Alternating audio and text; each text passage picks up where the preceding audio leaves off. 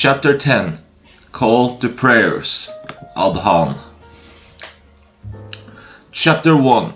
How the Adhaan for Salat prayer was started. Narrated on us. The people mentioned the fire and the bell. They suggested those are signals to indicate the starting of prayers, and by that they mentioned the Jews and the Christians. Then Bilal was ordered to pronounce Adhaan for the prayer by saying its wordings twice, and for the Iqama, the call for the actual standing for the prayers in rows, by saying its wordings once. Iqama is pronounced when the people are ready for the prayer. Narrated Ibn Umar. When the Muslims arrived at Medina, they used to assemble for the prayer and used to guess the time for it. During those days, the practice of Adhaan for the prayers had not been introduced yet. Once they discussed this problem regarding the call for prayer, some people suggested the use of a bell like the Christians. Others proposed a trumpet like the horn used by the Jews. But Umar was the first to suggest that a man should call the people for the prayer, so Allah's messenger ordered Bilal to get up and pronounce the Adhaan for prayers. Chapter 2. Pronouncing the wording of Adhaan for Salat prayers twice in doubles. Narrated Anas. Bilal was ordered to repeat the wording of the Adhaan for prayers twice, and to pronounce the wording of the Iqama once except Qad Qamat is Salat. Narrated Anas bin Malik. When the number of Muslims increased, they discussed the question as to how to know the time for the prayer by some familiar means. Some suggested that a fire be lit at the time of the prayer, and others put forward the proposal to ring the bell. Bilal was ordered to pronounce the wording of Adhaan twice and of the Iqama once only. Chapter 3. To pronounce the wording of Iqama once in singles except Qad Qamat is Salat. Narrated Abu Kilaba. Anas said, Bilal was ordered to pronounce the wording of Adhaan twice and of Iqama once only.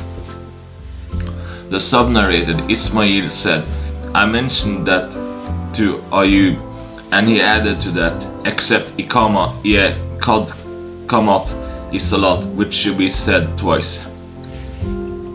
Chapter 4. Superiority of the Adhaan. Narrated Abu Huraira.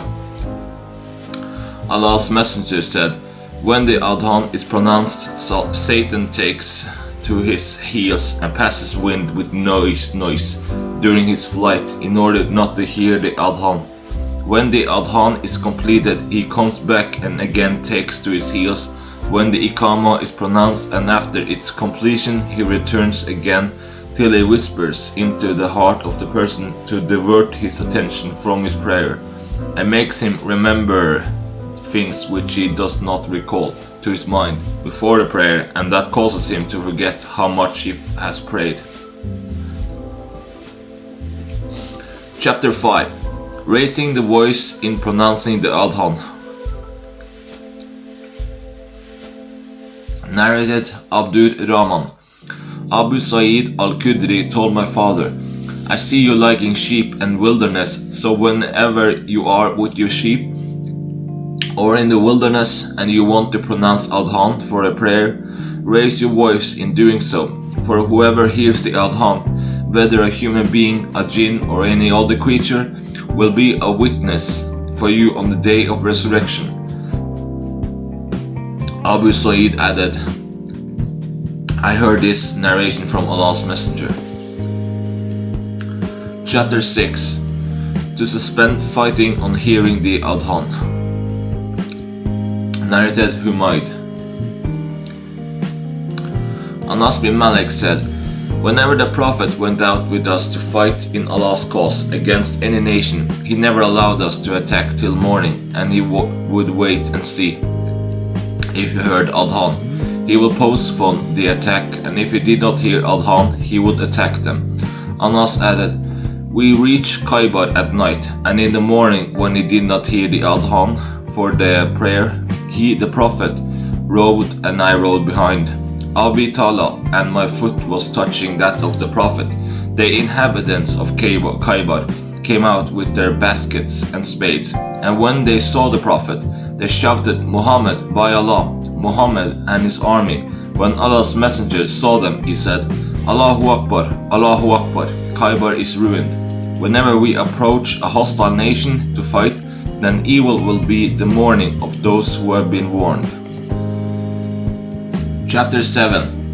What to say on hearing the Adhaan. Narrated Abu Sa'id al-Khudri.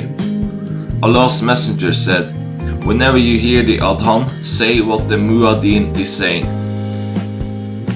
Narrated Isa bin Talha, that he had heard Muawiyah repeating the words of Adhaan up to Was Ahadu Anna Muhammadan Rasulullah, and I testify that Muhammad is Allah's messenger.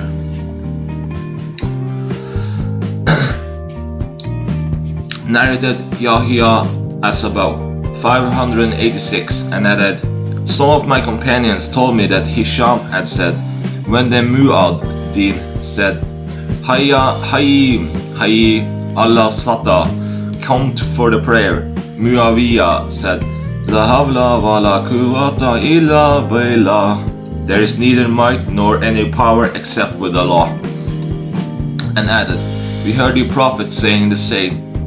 Chapter 8. Invocation at the time of Adhaan. Narrated Jabir bin Abdullah. Allah's messenger said, "Whoever after listening to the Adhaan says, 'Allahumma rabba hadid hida wa itiatama wa salatil qiyamat ati Muhammadan al-wasailitar wal fadihalla wal bahut wa makawan mamranan lil ilada wa daru.'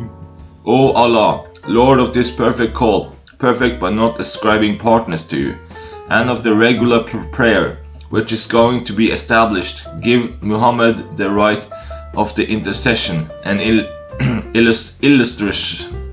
illustriousness, and resurrect him to the best and the highest place in paradise that you promised him of, then my intercession for him will be allowed on the day of resurrection." Chapter 9. To draw lots for pronouncing the Adhaan.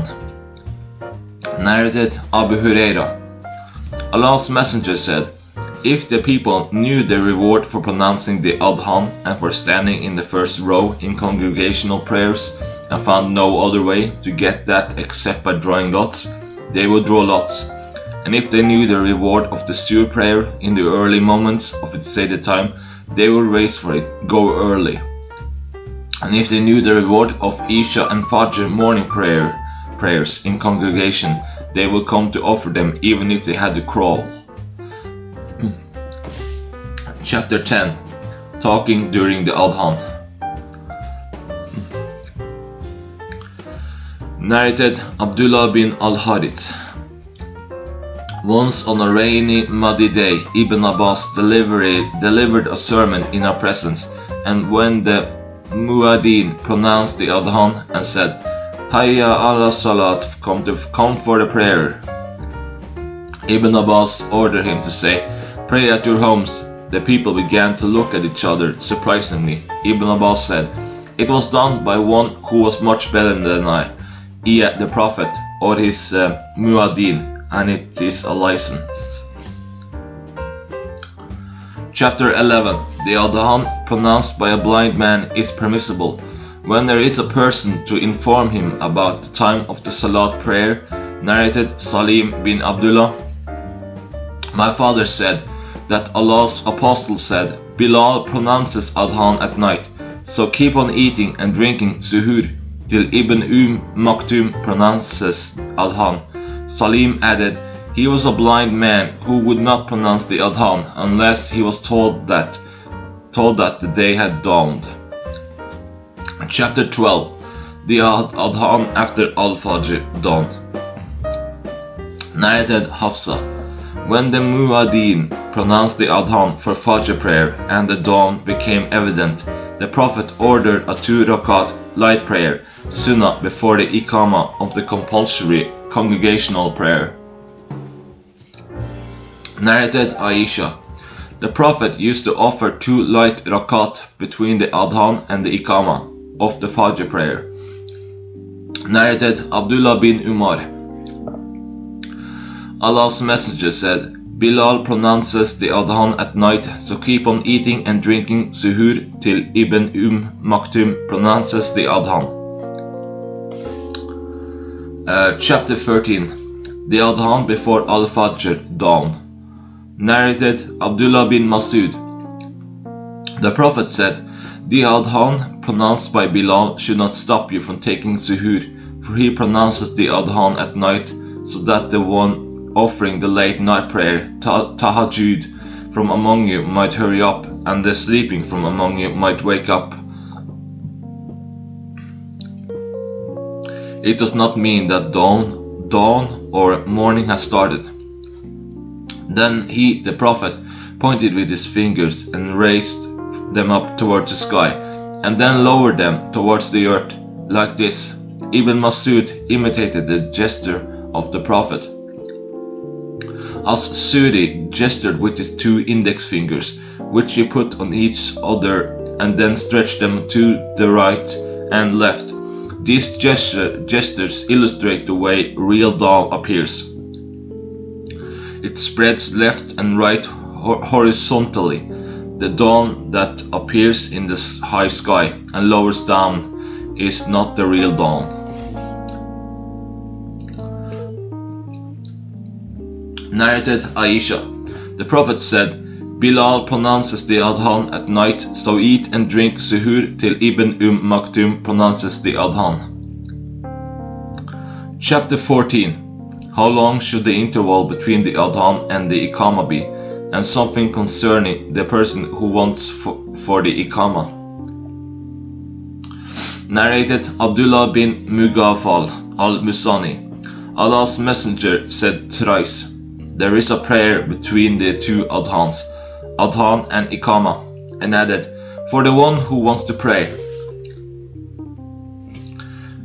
Narrated Anas bin Malik. When the Mu'adhin pronounced the Adhaan, some of the companions of the Prophet would proceed to the pillars of the mosque for the prayer, till the Prophet arrived, and in this way they used to pray 2 rakat before the Maghrib prayer. There used to be a little time between the Adhaan and the Iqamah. Shuba said, there used to be a very short interval between the 2 Adhaan and Iqamah. Chapter 15. Whoever waits for the Iqamah of the prayer. Narrated Aisha. Allah's Messenger used to pray 2 light rakat before the morning compulsory prayer after the day dawn, and the Mu'adhin had finished his Adhaan. He then would lie on his right side till the Mu'adhin came to pronounce the Iqamah.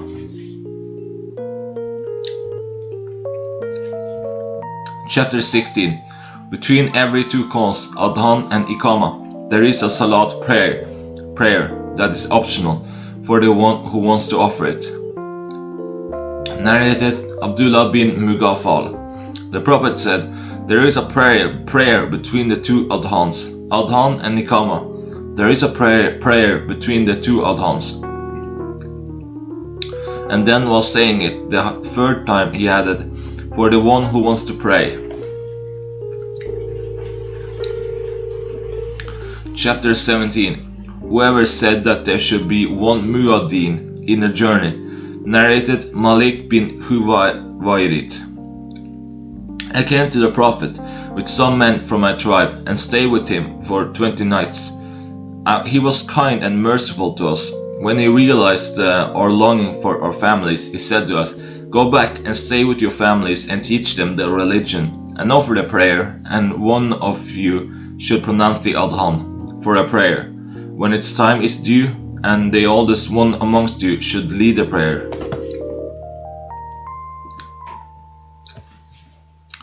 Chapter 18. If there are many travelers, Adhaan and Iqama should be pronounced. The same is to be observed in Arafat and Al-Mustalifa too. Narrated Abu Dar. We were in the company of the Prophet on a journey, and the Muaddin wanted to pronounce the Adhaan for the soup prayer.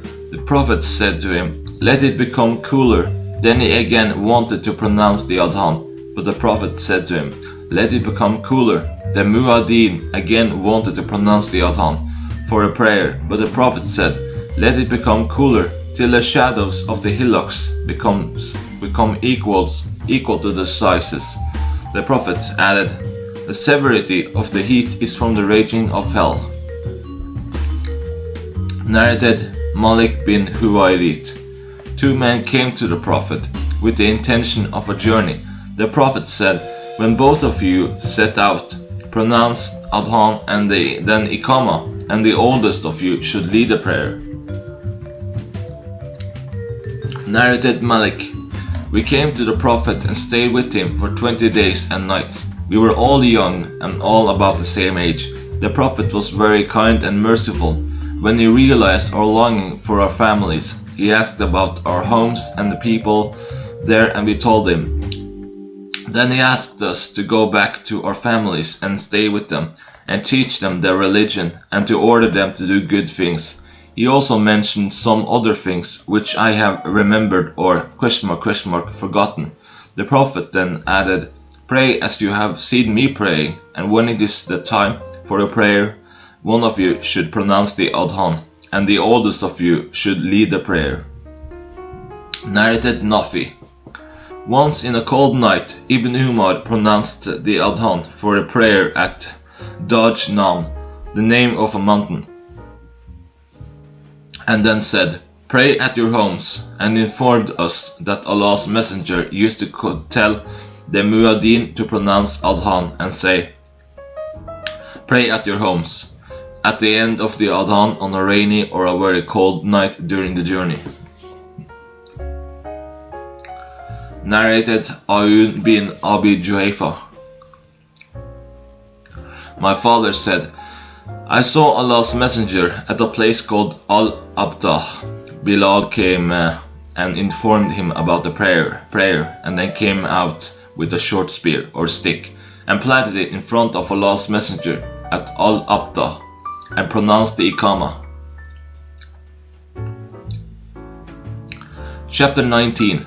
Should the Muaddin turn his mouth, face and look from side to side during the Adhaan?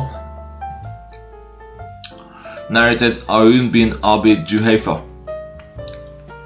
My father said, "I saw Bilal turning his face from side to side while pronouncing the Adhaan for the prayer."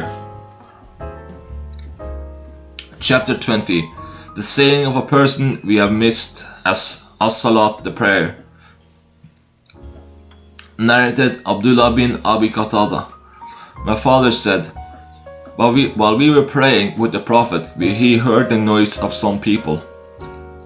After prayer he said, "What is the matter?" They replied, "We were hurrying for the prayer." He said, "Do not make haste for the prayer, and whenever you come for the prayer, you should come with calmness, and pray whatever you get with the people, and complete the rest which you have missed."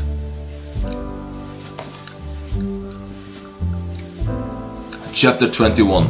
One should not run for as-salat, the prayer, but present himself with calmness and solemnity. Narrated Abu Huraira. The Prophet said, "When you hear the Iqama, proceed to offer the prayer with calmness and solemnity, and do not make haste, and pray whatever you are able to pray, and complete whatever you have missed." Chapter 22. When should the people get up for the Salat prayer if they see the Imam, the person leading Salat, during the Iqama? Narrated Abdullah bin Abi Qatada. My father said, Allah's Messenger said, "If the Iqama is pronounced, then do not stand for the prayer till you see me in front of you. Chapter 23. One should not stand for as-salat, the prayer, hurriedly, but with calmness and solemnity. Narrated Abdullah bin Abi Qatada. My father said, Allah's Messenger said, if the Iqamah is pronounced, then do not stand for a prayer till you see me in front of you, and do it calmly.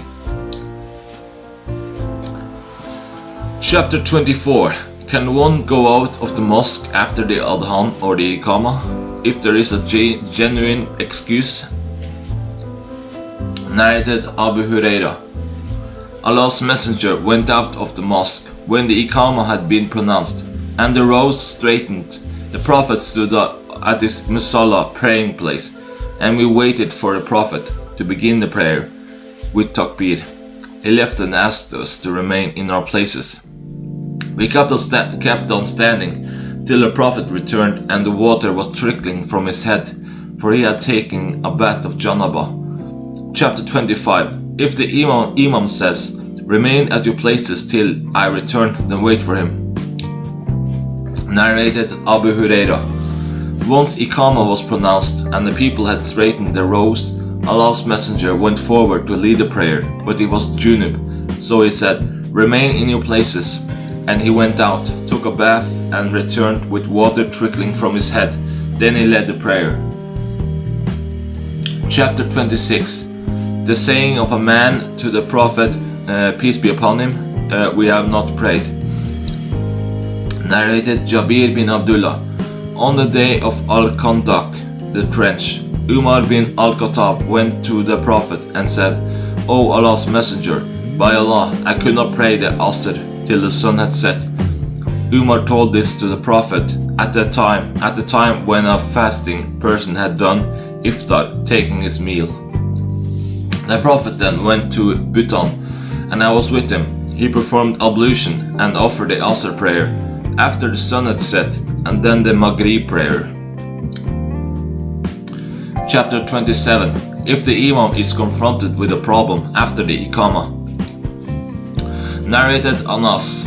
Once the Iqamah was pronounced and the Prophet was talking to a man in a low voice in a corner of the mosque, and he did not lead a prayer till some of the people had slept. Dozen dozed in a sitting posture. Chapter 28.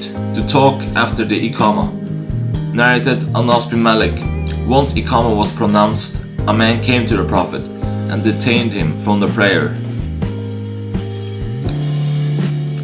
Chapter 29. Congregational Salat prayer is obligatory. Narrated Abu Huraira. Allah's Messenger said, by him in whose hand my soul is, I was about to order for collecting firewood, fuel, and then order someone to pronounce the Adhaan for a prayer, and then order someone to lead a prayer. Then I would go from behind and burn the houses of men who did not present themselves for the compulsory congregational prayer. By him in whose hands my soul is, if any one of them had known that he would get a bone covered with good meat, or two small pieces of meat present in between two ribs, he would have turned up for the Isha prayer. Chapter 30. Superiority of the congregational Salat prayer. Narrated Abdullah bin Umar. Allah's Messenger said, the prayer in congregation is 27 times superior to the prayer offered by person alone. Narrated Abu Sa'id al-Khudri. The Prophet said, the prayer in congregation is 25 times superior to the prayer offered by person alone. Narrated Abu Huraira.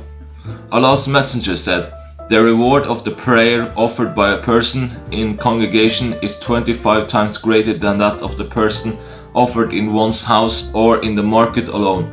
And this is because if he performs ablution and does it perfectly, then proceeds to the mosque with the sole intention of praying, then for every step he takes towards the mosque, he is upgraded 1 degree in reward, and his one sin is taken off, crossed out from his accounts of deeds. When he offers his prayer The angels keep on asking Allah's blessings and Allah's forgiveness for him as long as he is staying at his musalla. They say, O Allah, bestow your blessings upon him, be merciful and kind to him, and one is regarded in prayer as long as one is waiting for the prayer. Chapter 31. Superiority of the Fajr, early morning prayer in congregation. Narrated Abu Salama bin Abdurrahman. Abu Huraira said, I heard Allah's Messenger saying, the reward of a prayer in congregation is 25 times greater than that of a prayer offered by a person alone. The angels of the night and the angels of the day gather at the time of Fajr prayer. Abu Huraira then added, recite the Holy Book if you wish, for indeed the recitation of the Quran in the early dawn Fajr prayer is ever witnessed. 70-78. Narrated Abdullah bin Umar. The reward of the congregational prayer is 27 times greater than that of the prayer offered by a person alone. Narrated Salim. I heard ad-Darda saying, Abu ad-Darda entered the house in an angry mood. I said to him, what makes you angry? He replied, by Allah, I do not find the followers of Muhammad doing those good things which they used to do before, except the offering of congregational prayer. This happened in the last days of Abu ad-Darda, during the rule of Uthman. Narrated Abu Musa. The Prophet said, the people who get them tremendous rewards for the prayer are those who are farthest away from the mosque, and then those who are next farthest, and so on. Similarly, one who waits to pray with the Imam has greater reward than one who prays and goes to bed. Chapter 32. The superiority of offering the Subh prayer early. Narrated Abu Huraira. Allah's Messenger said, while a man was going on a way, he saw a thorny branch and removed it from the way, and Allah became pleased by his action and forgave him for it. Then the Prophet said, 5 are martyrs, one who dies of plague, one who dies of an abdominal disease, one who dies of drowning, one who is buried alive and dies, and one who is killed in a lost cause. The Prophet further said, if the people knew the reward for pronouncing the Adhaan and for standing in the first row in the congregational prayer and found no other way to get it except by drawing lots, they would do so. And if they knew the reward of offering the Subh prayer early in its stated time, they would race for it. And if they knew the reward for Isha and Fajr prayers in congregation, they would attend them even if they were to crawl. Chapter 33. Every step towards good deeds is rewarded. Narrated Humayd.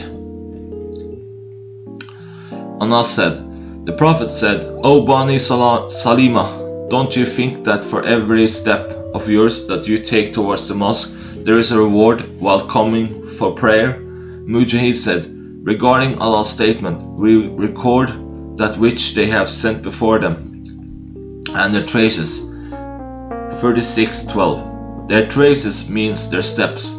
And Anas said that the people of Bani Salima wanted to shift to a place near the Prophet, but Allah's Messenger disliked the idea of leaving their houses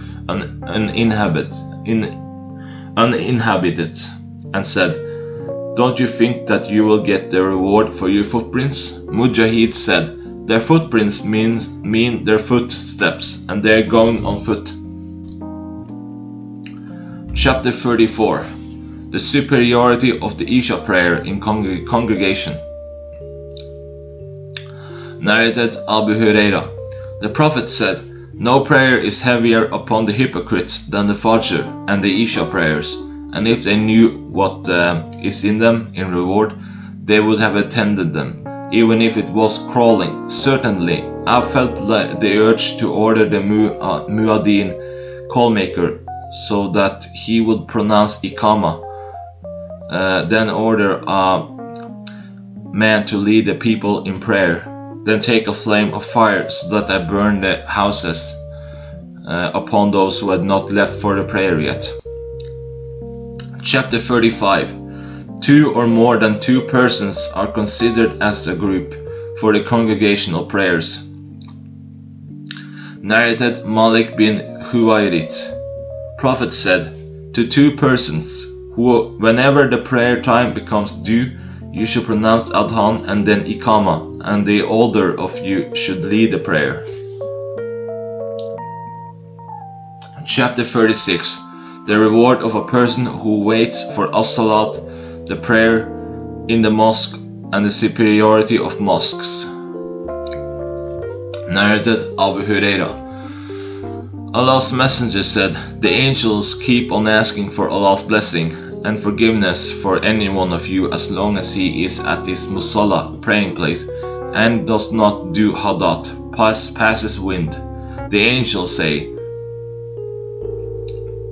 O Allah, forgive him and be merciful to him. Each one of you is in the prayer as long as he is waiting for a prayer, and nothing but a prayer detains him from going to his family. Narrated Abu Huraira. The Prophet said, Allah will give shade to 7 on the day when there will be no shade but his. These 7 persons are a just ruler, a youth who has been brought up in the worship of Allah, yet worships Allah sincerely from childhood, a man whose heart is attached to the mosques, yet to pray to the compulsory prayers in the mosque in congregation. 2 persons who love each other only for Allah's sake, and they meet and part in Allah's cause only. A man who refuses the call of a charming woman of noble birth for illicit intercourse with her, and says, I am afraid of Allah. A man who gives charitable gifts so secretly that his left hand does not know what his right hand has given, yet nobody knows how much he has given in charity. And a person who remembers Allah in seclusion, and his eyes are then flooded with tears. Narrated Humayd. Anas was asked, did Allah's Messenger wear a ring? He said, yes. Once he delayed the Isha prayer till midnight, and after the prayer he faced us and said, the people prayed and now slept, and you remained in prayer as long as you waited for it. Anas added, as if I were just now observing the glitter of his ring. Chapter 37. The superiority of going to the mosque every morning and in the afternoon and evening for the congregational salat prayers. Narrated Abu Huraira. The Prophet said, Allah will prepare for him who goes to the mosque every morning and in the afternoon for the congregational prayer an honorable place in paradise with good hospitality for what he has done every morning and afternoon goings. Chapter 38. No salat prayer is to be offered except the compulsory salat after the Iqama has been pronounced for the compulsory salat. Narrated Malik ibn Buhayna. Allah's Messenger passed by a man praying 2 rakat after the Iqama had been pronounced. When Allah's Messenger completed the prayer, the people gathered around him. The Prophet of that man and Allah's Messenger said to him, protesting, are there 4 rakat in Fajr prayer? Are there 4 rakat in Fajr prayer? Chapter 39. The limit set for a patient to attend the congregational salat prayer. Narrated Al-Aswad. We were with Aisha discussing the regularity of offering the prayer and dignifying it. She said, when Allah's Messenger fell sick with a fatal illness, and when the time of prayer became due and Adhaan was pronounced, he said, tell Abu Bakr to lead the people in prayer. He was told that Abu Bakr was a soft-hearted man and would not be able to lead the prayer in his place. The Prophet gave the same order again, but he was given the same reply. He gave the order for the 3rd time and said, you women are the companions of Joseph. Tell Abu Bakr to lead the prayer. So Abu Bakr came out to lead the prayer. In the meantime, the condition of the Prophet improved a bit, and he came out with the help of 2 men, one on each side. as if I was observing his legs dragging on the ground owing to the disease. Abu Bakr wanted to retreat, but the Prophet begged him to remain at his place, and the Prophet was brought till he sat beside Abu Bakr. Al-Amas was asked, was the Prophet praying and Abu Bakr following him, and were the people following Abu Bakr in their prayer? Al-Amas replied in the affirmative with a nod of his head. Abu Muawiyah said, the Prophet was sitting on the left side of Abu Bakr, who was praying while standing. Narrated Aisha, when the Prophet became seriously ill and his disease became aggravated, he asked for permission from his wives to be nursed in my house, and he was allowed. He came out with the help of 2 men, and his legs were dragging on the ground. He was between Al-Abbas and another man. Ubaydullah said, I told Ibn Abbas what Aisha had narrated, and he said, do you know who was the second man whose name Aisha did not mention? I said, no. Ibn Abbas said, he was Ali ibn Abi Talib. Chapter 40. It is permissible to pray at one's dwelling during rain, or if there is a genuine excuse. Narrated Nafi. Once on a very cold and stormy night, Ibn Umar pronounced the Adhaan for the prayer and then said, pray in your homes. He, Ibn Umar, added, on very cold and rainy nights, Allah's Messenger used to order the Muaddin to say, pray in your homes. Narrated Mahmud bin Rabi al-Ansari. Itban bin Malik used to lead his tribe in prayer and was a blind man. He said to Allah's Apostle, O Allah's Messenger, at times it is dark and flood water is flowing in the valley, and I am a blind man, so please pray at a place in my house so that I can take it as a musalla, praying place. So Allah's Messenger went to his house and said, where do you like me to pray? Itban pointed to a place in his house, and Allah's Messenger offered a prayer there. Chapter 41. Can the Imam offer the Salat prayer with only those who are present for the prayer? And can be delivered a khutbah, religious talk, on Friday if it is raining? Narrated Abdullah bin al-Harith. Ibn Abbas addressed us on a rainy and muddy day, and when the Muaddin said, come for a prayer, Ibn Abbas ordered him to say, pray in your homes. The people began to look at one another with surprise, as if they did not like it. Ibn Abbas said, it seems that you thought ill of it, but no doubt it was done by one who was better than I. Yet the Prophet, the prayer, is a strict order, and I dislike to bring you out. Ibn Abbas narrated the same as above, but he said, I did not like you to make you sinful in refraining from coming to the mosque, and to come to the mosque covered with mud up to the knees. Narrated Abu Sa'id al-Khudri. A cloud came and it rained till the roof started leaking, and in those days the roof used to be of the branches of date palms. Iqamah was pronounced, and I saw Allah's Messenger prostrating in water and mud, and even I saw the mark of mud on his forehead. Narrated Anas bin Sirin. I heard Anas saying, a man from Ansar said to the Prophet, I cannot pray with you in congregation. He was a very fat man, and he prepared a meal for the Prophet and invited him to his house. He spread out a mat for the Prophet and washed one of its sides with water, and the Prophet prayed 2 rakat on it. A man from the family of Al-Jarid asked, did the Prophet used to pray the Duha forenoon prayer? Anas said, I did not see him praying the Duha prayer except on that day. Chapter 42.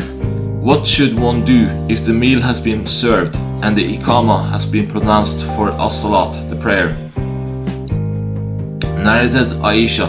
The Prophet said, if supper is served and Iqamah is pronounced, one should start with the supper. Narrated Anas bin Malik. Allah's Messenger said, "If the supper is served, start having it before praying the Maghrib prayer, and do not be hasty in finishing it." Narrated Nafi. Ibn Umar said, Allah's Messenger said, "If the supper is served for any one of you and the Iqamah is pronounced, start with the supper and don't be in haste, and carry on eating till you finish it." If food was served for Ibn Umar and Iqamah was pronounced, he never came to the prayer till he finished it. He ate food, in spite of the fact that he heard the recitation of the Quran by the Imam in the prayer. Narrated Ibn Umar. The Prophet said, "If any one of you is having his meals, he should not hurry it up till he is satisfied, even if the prayer has been started." Chapter 43. When the Imam is called for as-salat, the prayer, while he has in his hands something to eat. Narrated Jafar bin Ahmed bin Urmeya. My father said, "I saw Allah's Messenger eating a piece of meat from the shoulder of a sheep that he was called for a prayer. He stood up, put down the knife and prayed, but did not perform ablution." Chapter 44. If somebody was busy with his domestic work and the Iqamah was pronounced and then he came out for offering the Salat prayer. Narrated Al-Aswad that he asked Aisha, "What did the Prophet used to do in his house?" She replied, "He used to keep himself busy serving his family, and when it was the time for prayer, he would go for it." Chapter 45. Offering Salat prayer in front of the people with the sole intention of teaching them the Salat of the Prophet, peace be upon him, and his Sunnah, legal ways, etc. Narrated Ayub. Abu Kilaba said, Malik bin Huwairit came to this mosque of ours and said, "I pray in front of you, and my aim is not to lead a prayer, but to show you the way in which the Prophet used to pray." I asked Abu Kilaba, how did he used to pray? He replied, "The Prophet used to pray like the sheikh of ours, and the sheikh used to sit for a while after the prostration, before getting up after the first rak'ah."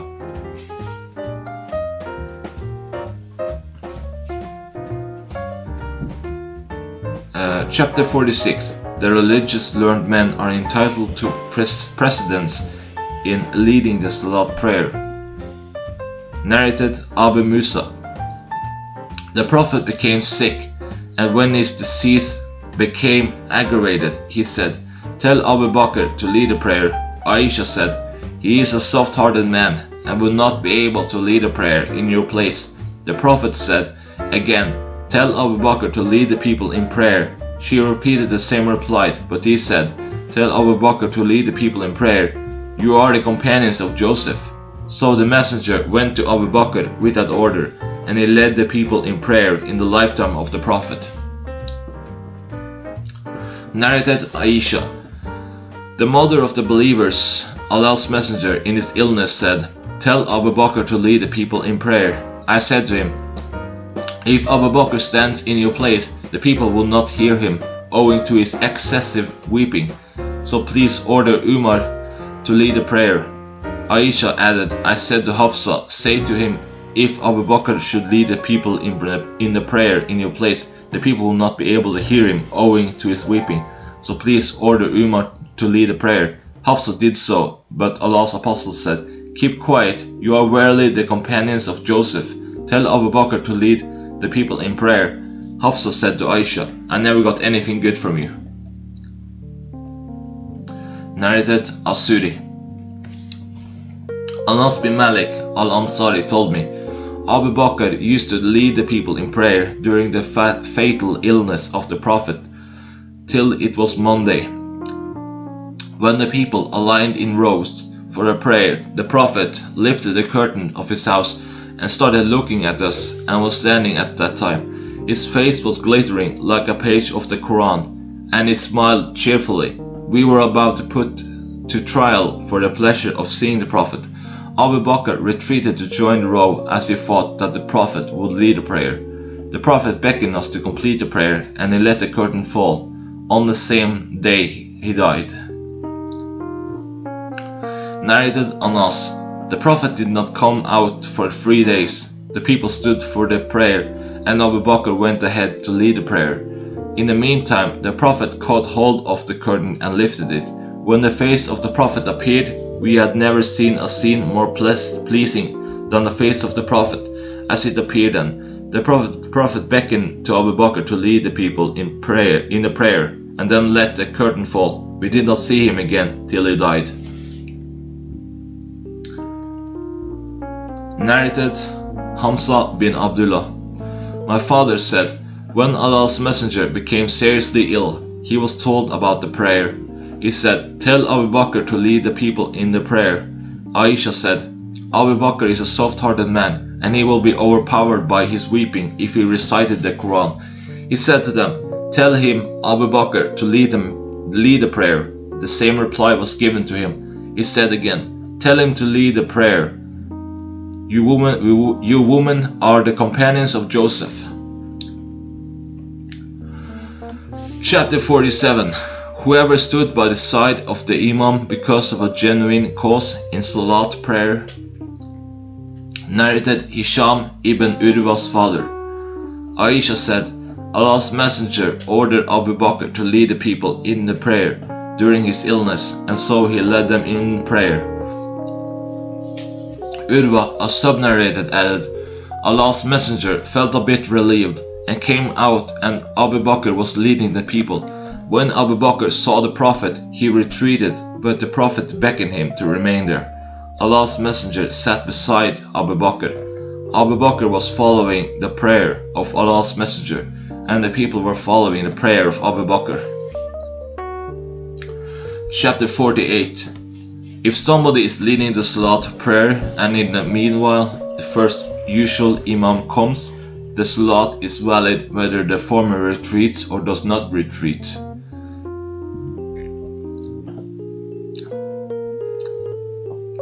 Narrated Sal bin Sa'd as-Sadi. Allah's Messenger went to establish peace among Bani Amr bin Auf. In the meantime, the time of prayer was due, and the Muaddin went to Abu Bakr and said, will you lead the prayer, so that I may pronounce the Iqamah? Abu Bakr replied in the affirmative and led the prayer. Allah's Messenger came while the people were still praying, and he entered the rows of the praying people till he stood in the first row. The people clapped their hands. Abu Bakr never glanced sideways in his prayer, but when the people continued clapping, Abu Bakr looked and saw Allah's Messenger. Allah's Messenger beckoned him to stay at his place. Abu Bakr raised his hands and thanked Allah for that order of Allah's Messenger, and then he retreated till he reached the first row. Allah's Messenger went forward and led the prayer. When Allah's Messenger finished the prayer, he said, O Abu Bakr, what prevented you from staying when I ordered you to do so? Abu Bakr replied, how can Ibn Abi Kuhafa, Abu Bakr, dare to lead the prayer in the presence of Allah's Messenger? Then Allah's Messenger said, why did you clap so much? If something happens to anyone during his prayer, he should say, Subhanallah. If he says so, he will be attended to, for clapping is for women. Chapter 49. If some people are equally proficient in the recitation of the Quran and religious knowledge, the oldest of them should lead as-Salat, the prayer.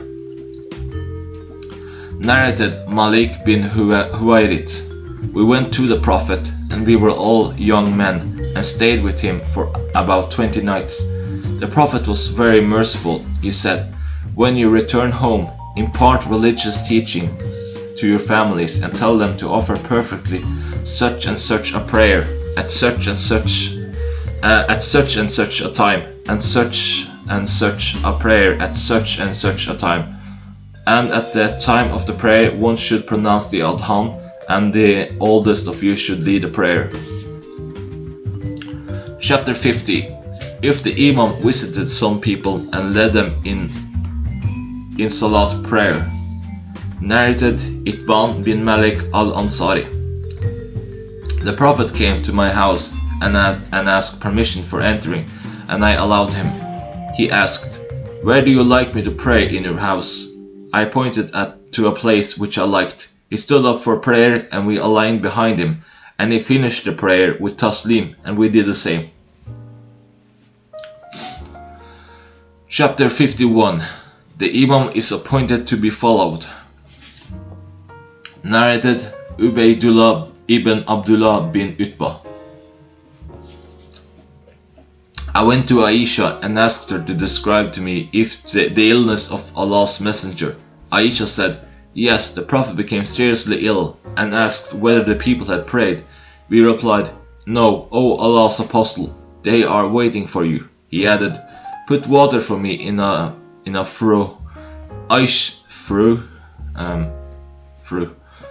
Aisha added, "We did so." He took a bath and tried to get up but fainted. When he recovered, he again asked whether the people had prayed. We said, "No, they are waiting for you, O Allah's Messenger." He again said, "Put water in a fru for me." He sat down and took a bath and tried to get up but fainted again. Then he recovered and said, "Have the people prayed?" We replied, "No, they are waiting for you, O Allah's Apostle." He said, "Put water for me in the fru." Then he sat down and washed himself and tried to get up but he fainted. When he recovered, he asked, "Have the people prayed?" He said, "No, they are waiting for you, O Allah's Messenger." The people were in the mosque waiting for the Prophet for the Isha prayer. The Prophet sent for Abu Bakr to lead the prayer, people in the prayer. The messengers went to Abu Bakr and said, "Allah's Messenger orders you to lead the people in the prayer." Abu Bakr was a soft-hearted man, so he asked Umar to lead the prayer, but Umar replied, "You are more rightful," so Abu Bakr led the prayer in those days.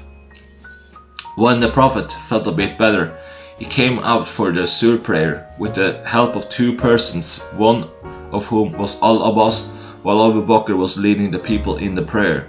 When Abu Bakr saw him, he wanted to retreat, but the Prophet beckoned him not to do so and asked them to make him sit beside Abu Bakr, and they did so. Abu Bakr was following the Prophet in the prayer, and the people were following Abu Bakr. The Prophet prayed sitting. Ubaydullah added, "I went to Abdullah bin Abbas and asked him, 'Shall I tell you what Aisha has told me about the fatal illness of the Prophet?' Ibn Abbas said, 'Go ahead.' I told him her narration, and he did not deny anything of it, but asked whether Aisha told me the name of the second person who helped the Prophet. Along with Al-Abbas, I said, 'No,' he said, 'He was Ali ibn Abi Talib.'"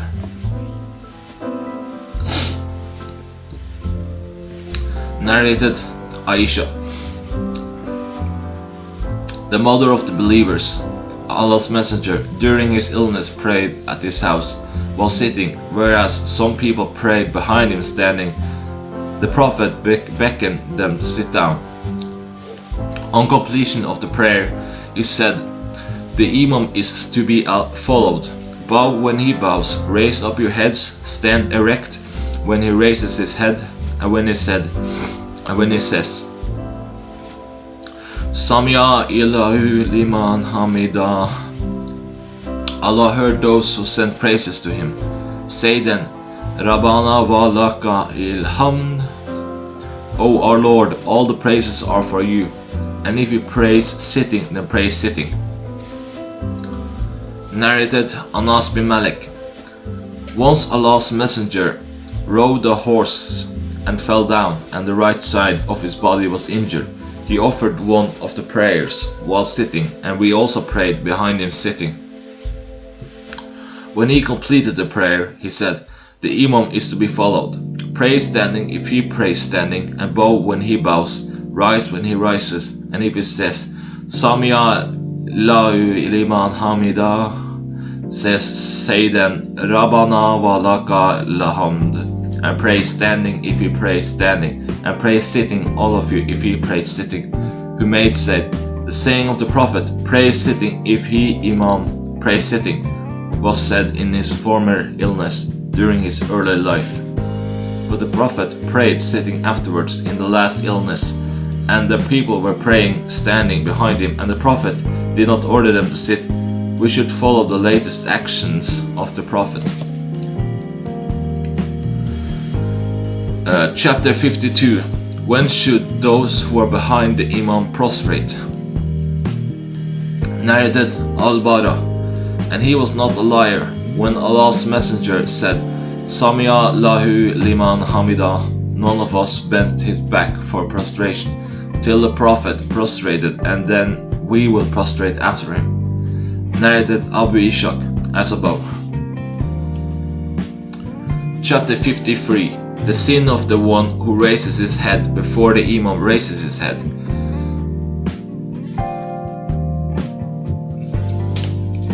Narrated Abu Hurairah. The Prophet said, Isn't he who raises his head before the Imam afraid that Allah may transform his head into that of a donkey, or his face into that of a donkey? Chapter 54. A slave or a manumitted slave can lead a salat prayer. Narrated Ibn Umar. When the earliest immigrants came to Al-Usba, a place in Cuba, before the arrival of the Prophet, Salim, the slave of Abu Hudayfa, who knew the Quran more than the others, used to lead them in prayer. Narrated Anas. The Prophet said, Listen and obey your chief, even if an Ethiopian whose head is like a raisin were made your chief. Chapter 55. If the Imam does not offer the Salat prayer perfectly and the followers offer it perfectly. Narrated Abu Hurairah.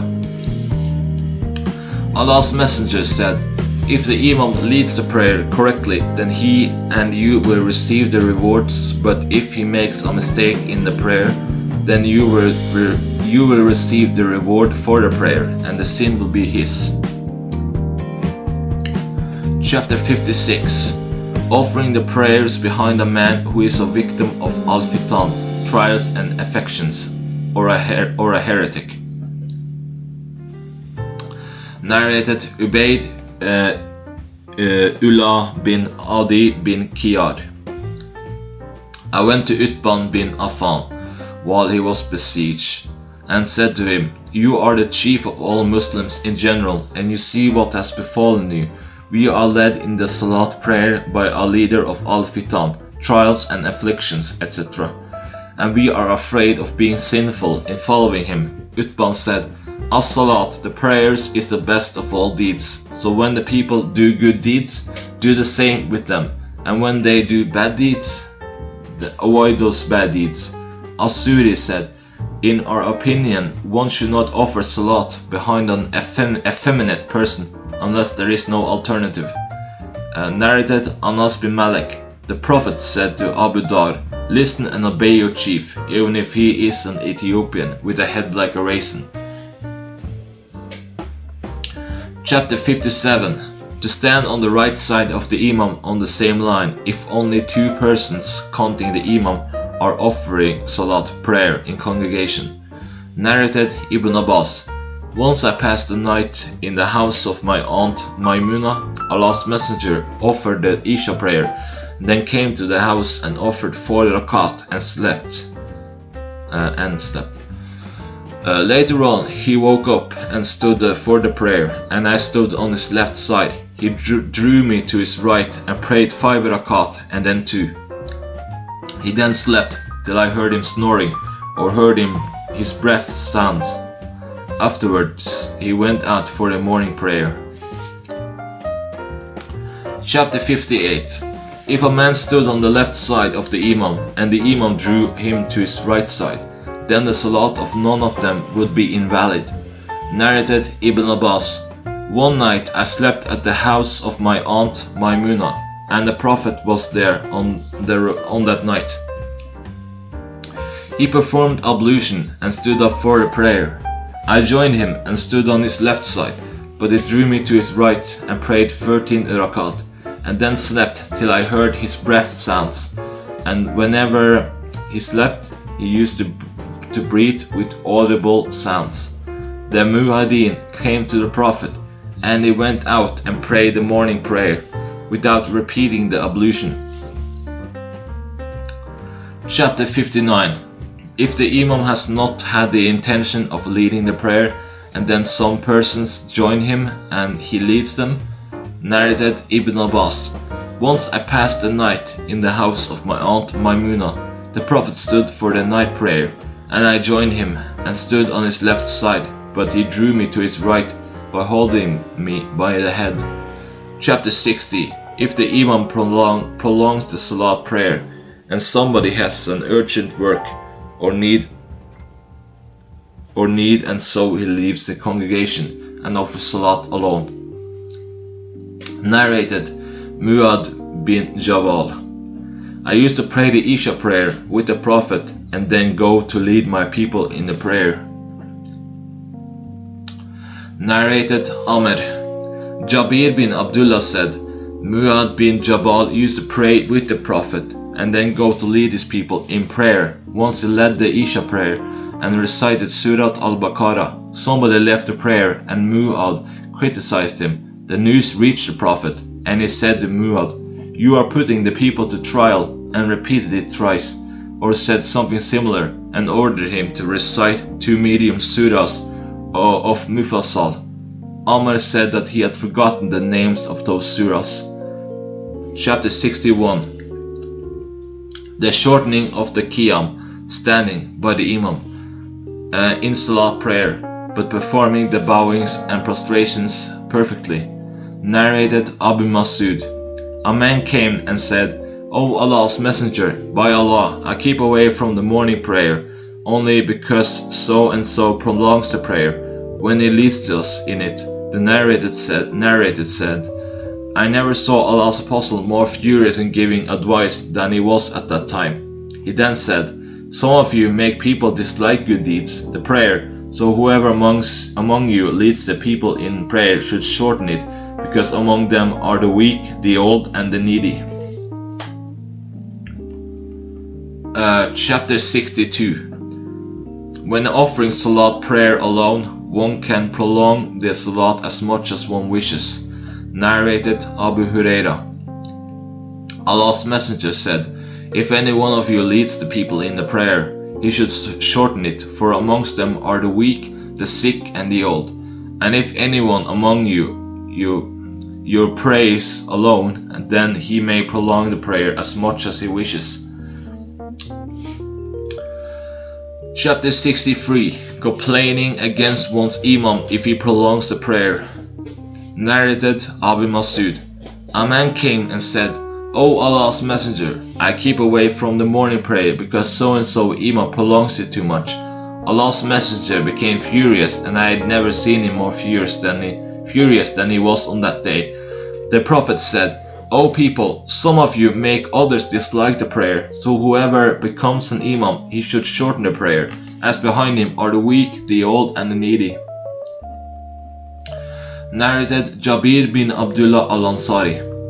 Once a man was driving 2 nadihas, camels used for agricultural purposes, and night had fallen. He found Mu'adh praying, so he made his camel kneel and joined Mu'adh in the prayer. The latter recited Surat al-Baqarah or Surat al-Nisa. So the man left the prayer and went away. When he came to know that Mu'adh had criticized him, he went to the Prophet and complained against Mu'adh. The Prophet said thrice, O Mu'adh, are you putting the people to trial? It would have been better if you had recited Sabi Isma Rabbika I Allah 87, Wash Shamsi Wa Duhaha 91, or Walai Dili Ida Yagsha 92. For the old, the weak, and the needy pray behind you. Jabir said that Mu'adh recited Surah al-Baqarah in the Isha prayer. Chapter 64. The shortening and perfection of the prayer by the Imam. Narrated Anas. The Prophet used to pray a short prayer in congregation, but used to offer it in a perfect manner. Chapter 65. Whoever cuts short a salat, the prayer, on hearing the cries of a child, Narrated Abdullah bin Abi Qatada. My father said, the Prophet said, when I stand for prayer, I intend to prolong it, but on hearing the cries of a child, I cut it short, as I dislike to trouble the child's mother. Narrated Anas bin Malik. I never prayed behind any imam a prayer lighter and more perfect than that behind the Prophet, and he used to cut short the prayer whenever he heard the cries of a child, lest he should put the child's mother to trial. Narrated Anas bin Malik. The Prophet said, when I start a prayer, I intend to prolong it, but on hearing the cries of a child, I cut short the prayer, because I know that the cries of the child will incite its mother's passions. Narrated Anas bin Malik. The Prophet said, whenever I start a prayer, I intend to prolong it, but on hearing the cries of a child, I cut short the prayer, because I know that the cries of the child will incite its mother's passions. Chapter 66. If one offers Salat prayer and leads the people in Salat. Narrated Jabir bin Abdullah. Muad used to pray with the Prophet and then go and lead his tribe in the prayer. Chapter 67. One who repeats the Takbir, Allahu Akbar, of the Imam so that the people may hear it. Narrated Aisha. When the Prophet became ill in his fatal illness, someone came to inform him about the prayer, and the Prophet told him to tell Abu Bakr to lead the people in the prayer. I said, Abu Bakr is a soft-hearted man, and if he stands for the prayer in your place, he will weep and would not be able to recite the Quran. The Prophet said, tell Abu Bakr to lead the prayer. I said the same as before. He repeated the same order, and on the third or the fourth time he said, you are the companions of Joseph. Tell Abu Bakr to lead the prayer. So Abu Bakr led the prayer, and meanwhile the Prophet felt better and came out with the help of two men, as if I see him just now dragging his feet on the ground. When Abu Bakr saw him, he tried to retreat, but the Prophet beckoned him to carry on. Abu Bakr retreated a bit, and the Prophet sat on his left side. Abu Bakr was repeating the Takbir, Allahu Akbar, of Allah's Messenger, for the people to hear. Chapter 68. If a person follows the Imam and the others follow that person, then it is alright. Narrated Aisha. When Allah's Messenger became seriously ill, Bilal came to him for the prayer. He said, tell Abu Bakr to lead the people in the prayer. I said, O Allah's Messenger, Abu Bakr is a soft-hearted man, and if he stands in your place, he will not be able to make the people hear him. Will you order Umar to lead the prayer? The Prophet said, tell Abu Bakr to lead the people in the prayer. Then I said to Hafsa, tell him Abu Bakr is a soft-hearted man, and if he stands in his place, he will not be able to make the people hear him. Would you order Umar to lead the prayer? Hafsa did so. The Prophet said, verily, you are the companions of Joseph. Tell Abu Bakr to lead the people in the prayer. So Abu Bakr stood for the prayer. In the meantime, Allah's Messenger felt better and came out with the help of two persons, and both of his legs were dragging on the ground till he entered the mosque. When Abu Bakr heard him coming, he tried to retreat, but Allah's Messenger beckoned him to carry on. The Prophet sat on his left side. Abu Bakr was praying while standing, and Allah's Messenger was leading the prayer while sitting. Abu Bakr was following the Prophet, and the people were following Abu Bakr in the prayer.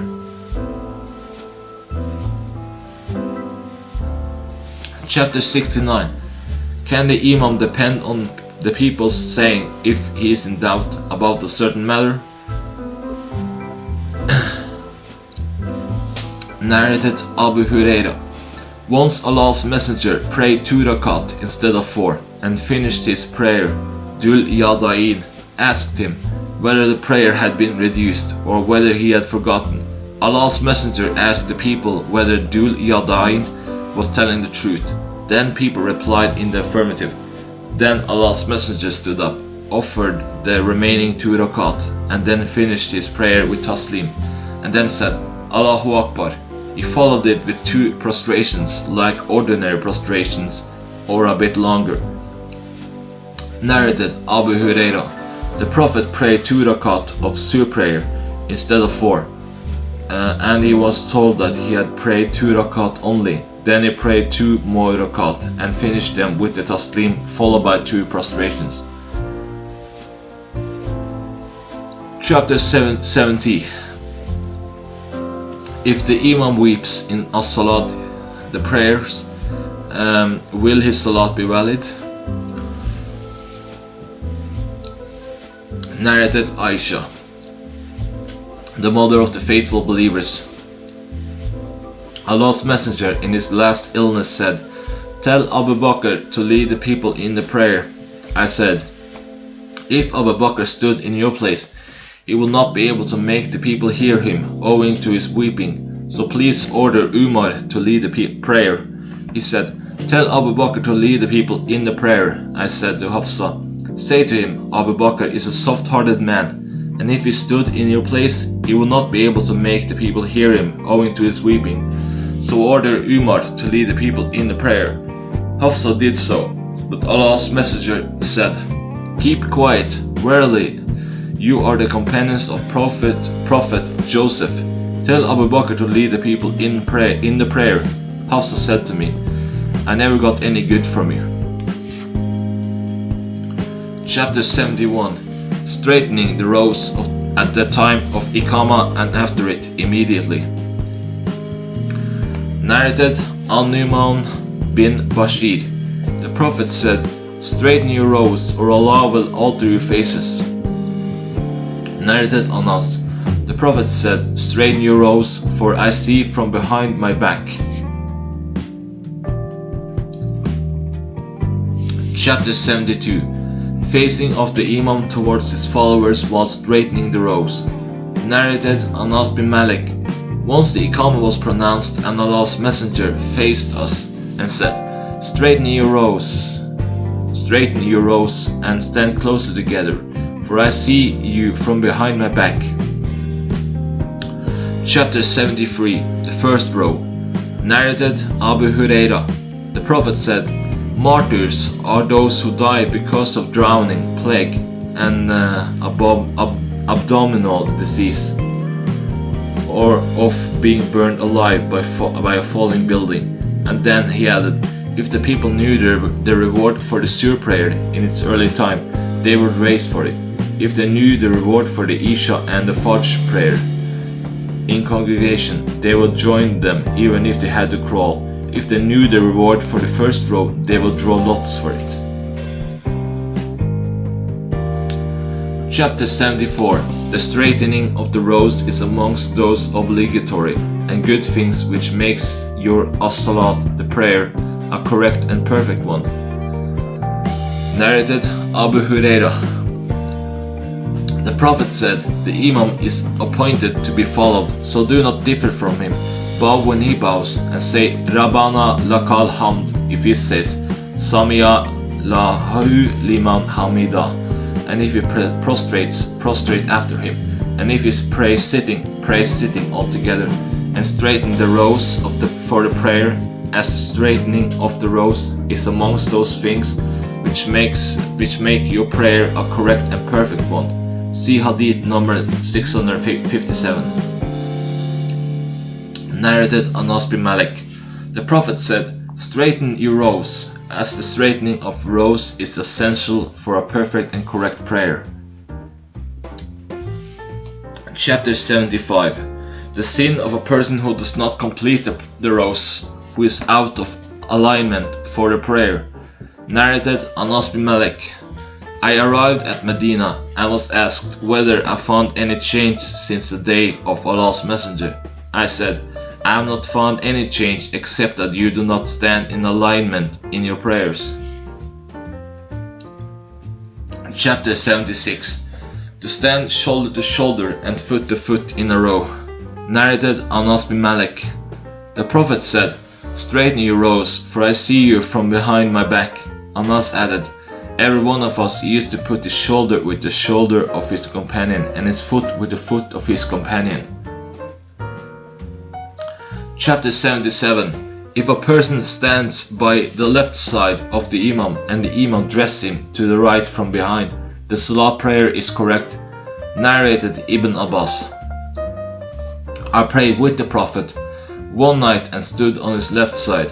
Allah's Messenger caught hold of my head from behind and drew me to his right, and then offered a prayer and slept. Later the Muaddin came and the Prophet stood for prayer without performing ablution. Chapter 78. One woman can form a row. Narrated Anas bin Malik. One night an orphan and I offered the prayers behind the Prophet in my house, and my mother Sulaim was standing behind us by herself forming a row. Chapter 79. The right side of the mosque and the place to the right of the Imam. Narrated Ibn Abbas. One night I stood to the left of the Prophet in the prayer, but he caught hold of me by the hand or by the shoulder arm, till he made me stand on his right and beckoned with his hand for me to go from behind him. Al-Kasmai Hani, as question mark, Fathul Bari.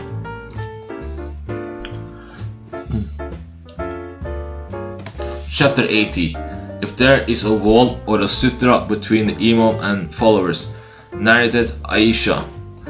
Allah's Messenger used to pray in his room at night. As the wall of the room was low, the people saw him, and some of them stood up to follow him in the prayer. In the morning they spread the news. The following night the Prophet stood for the prayer and the people followed him. This went on for 2 or 3 nights. Thereupon Allah's Messenger did not stand for the prayer the following night and did not come out in the morning. The people asked him about it. He replied that they were afraid that the night prayer might become compulsory. Chapter 81. The Night Prayer. Narrated Aisha. The Prophet had a mat which he used to spread during the day and use as a curtain at night. So a number of people gathered at night facing it and prayed behind him. Narrated Sa'id bin Thabit. Allah's Messenger made a small room in the month of Ramadan. Sa'id said, I think that Sa'id bin Thabit said that it was made of a mat, and he prayed there for a few nights. And so some of his companions prayed behind him. When he came to know about it, he kept on sitting. In the morning he went out to them and said, I have seen and understood what you did. You should pray in your houses, for the best prayer of a person is that which he prays in his house, except the compulsory prayers. Characteristics of prayer. Chapter 82. Chapter 82. The necessity of saying the takbir, i.e. Allahu Akbar. Allah is the most great, and the commencement of as-salat, the prayer. Narrated Anas bin Malik al-Ansari. Allah's Messenger rode a horse and fell down, and the right side of his body was injured. On that day he prayed one of the prayers sitting, and we also prayed behind him sitting. When the Prophet finished the prayer with taslim, he said, the Imam is to be followed, and if he prays standing, then pray standing, and bow when he bows, and raise your heads when he raises his head. Prostrate when he prostrates, and if he says, Sami'a Illahu liman hamida, you should say, Rabbana wa laka lamd. Narrated Anas bin Malik. Allah's Messenger fell from a horse and got injured, so he led the prayer sitting, and we also prayed sitting. When he completed the prayer, he said, the Imam is to be followed. If he says takbir, then say takbir. Bow if he bows. Raise your heads when he raises his head. When he says Sami'a lahu liman hamida, say Rabbana laka lahamd, and prostrate when he prostrates. Narrated Abu Huraira. The Prophet said, the Imam is to be followed. Say the takbir when he says it. Bow if he bows. If it says, Sami'a lahu liman hamida, say Rabbana wa laka lahamd. Prostrate if he prostrates. And pray sitting all together if he prays sitting. Chapter 83. To raise both hands on saying the first takbir, simultaneously with opening the Salat prayer. Narrated Salim bin Abdullah. My father said, Allah's Messenger used to raise both his hands up to the level of his shoulders when opening the prayer, and on saying the takbir for bowing, and on raising his head from bowing, he used to do the same and then say, Sami'a lahu liman hamida, Rabbana wa laka lahamd. And he did not do that, yet raising his hands in prostrations. Chapter 84. To raise both hands while saying the takbir, on opening as-salat the prayer, and while bowing, and on raising up the head after bowing. Narrated Abdullah bin Umar. I saw that whenever Allah's Messenger stood for the prayer, he used to raise both his hands up to the shoulders, and he used to do the same on saying the takbir for bowing and on raising his head from it, and used to say Sami'a lahu liman hamida, but he did not do that, yet raising his hands in prostrations. Narrated Abu Kilaba.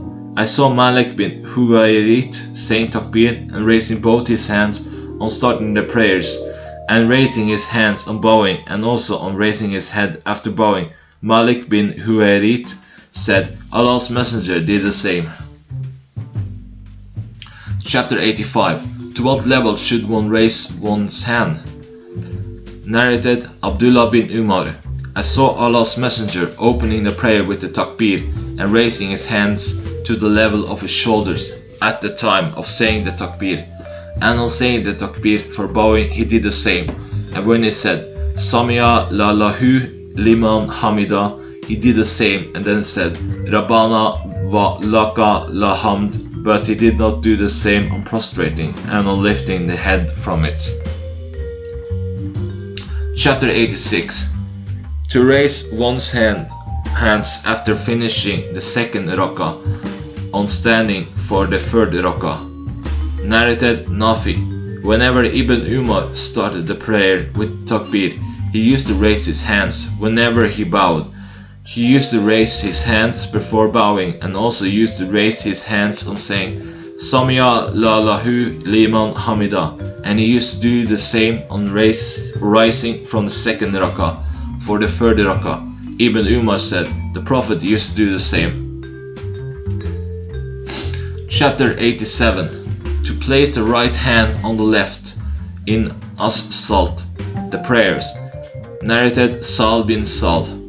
The people were ordered to place the right hand on the left forearm in the prayer. Abi Hasim said, I knew that the order was from the Prophet. Chapter 88. Submissiveness in as-salat prayer. Narrated Abu Huraira. Allah's Messenger said, you see me facing the Qibla, but by Allah, nothing is hidden from me regarding your bowing and submissiveness, and I see you from behind my back. Narrated Anas bin Malik. The Prophet said, perform the bowing and the prostrations properly. By Allah, I see you from behind me or from behind my back when you bow or prostrate. Chapter 89. What to say after the takbir. Narrated Anas bin Malik. The Prophet, Abu Bakr and Umar used to start the prayer with Alhamdu lillahi Rabbi la alamin. All praises but to Allah, Lord of the worlds. Narrated Abu Huraira. Allah's Messenger used to keep silent between the takbir and the recitation of Quran, and the interval of silence used to be a short one. I said to the Prophet, may my parents be sacrificed for you. What do you say in the pause between takbir and recitation? The Prophet said, I say, Allahumma ba'id baina wa baina Qaitayana kama ba'da baina Masrika wa Maghrib. Allahumma nagima min Qaitana kama yunaka tawabu abiyadu mina de danas. Allahumma exil kutaniyan bim imabata talij birad. O Allah, set me apart from my sins, faults, as the east and west are set apart from each other, and clean me from sins as a white garment is cleaned of dirt after thorough washing. O Allah, wash off my sins with water and snow and hail. Chapter 90. Narrated Asma bint Abi Bakr. The Prophet once offered the eclipse prayer. He stood for a long time and then did a prolonged bowing. He stood up straight again and kept on standing for a long time. Then bowed a long bowing and then stood up straight and then prostrated a prolonged prostration. And then lifted his head and prostrated a prolonged prostration. And then he stood up for a long time and then did a prolonged bowing and then stood up straight again and kept on standing for a long time. Then he bowed a long bowing and then stood up straight and then prostrated a prolonged prostration and then lifted his head and went for a prolonged prostration. On completion of the prayer, he said, Paradise became as near to me that if I had dared, I would have plucked one of its bunches for you, and hell became so near to me that said, O my Lord, will I be among those people? Then suddenly I saw a woman and a cat was lacerating her with its claws. On inquiring, it was said that the woman had imprisoned the cat till it died of starvation, and she neither fed it nor freed it, so that it could feed itself. Chapter 91. To cast a look at the Imam during as-salat, the prayer. Narrated Abu Mamar. We asked Khabab whether Allah's Messenger used to recite the Quran in the Sujood and the Asr prayers. He replied in the affirmative. We said, how did you come to know about it? He said, by the movement of his beard. Narrated Al-Dara. And Al-Bara was not a liar. Whenever we offered prayer with the Prophet and he raised his head from the bowing, we used to remain standing till we saw him prostrating.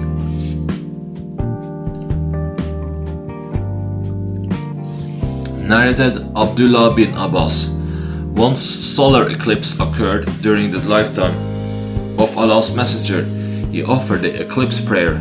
His companions asked, O Allah's Messenger, we saw you trying to take something while standing at your place, and then we saw you retreating. The Prophet said, I was shown paradise and wanted to have a bunch of fruit from it. Had I taken it, you would have eaten from it as long as the world remains. Narrated Anas bin Malik.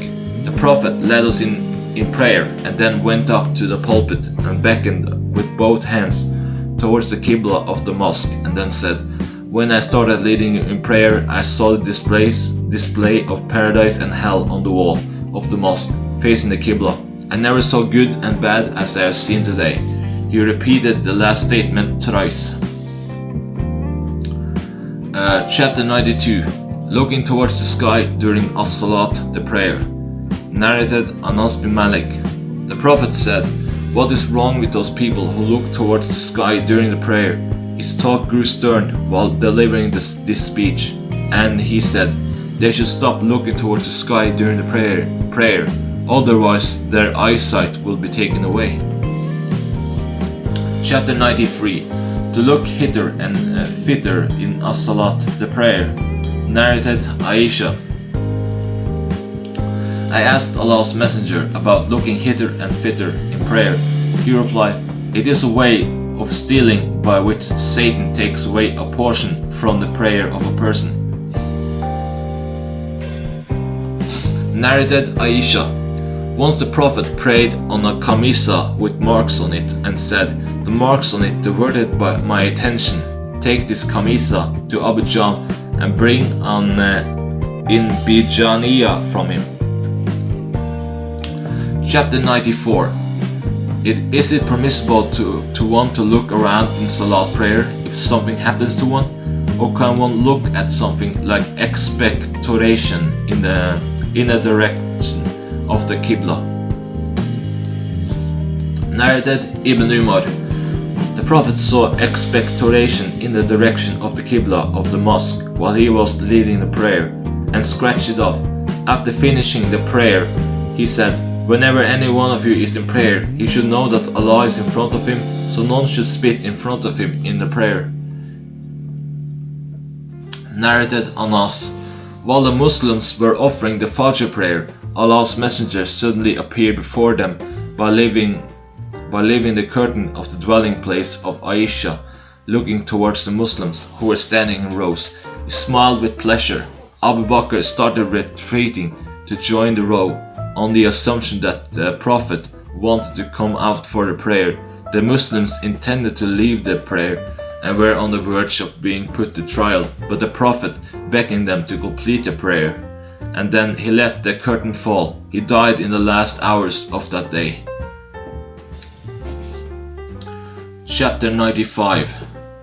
Recitation of the Quran, Surat al-Fatiha, is compulsory for the Imam and the followers at the home and on journey. In all as-salat, the prayers, whether the recitation is done silently or aloud. Narrated Jabir bin Samura. The people of Kufa complained against Sa'd to Umar, and the latter dismissed him and appointed Ammar as their chief. They lodged many complaints against Sa'd, and even they alleged that he did not pray properly. Umar sent for him and said, "O Abba Ishaq, these people claim that you do not pray properly." Abu Ishaq said, "By Allah, I used to pray with them a prayer similar to that of Allah's Apostle, and I never reduced anything of it.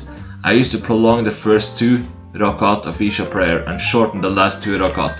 Umar said, "O Abu Ishaq, this was what I thought about you." And then he sent 1 or more persons with him to Kufa, so as to ask the people about him. So they went there and did not leave any mosque without asking about him.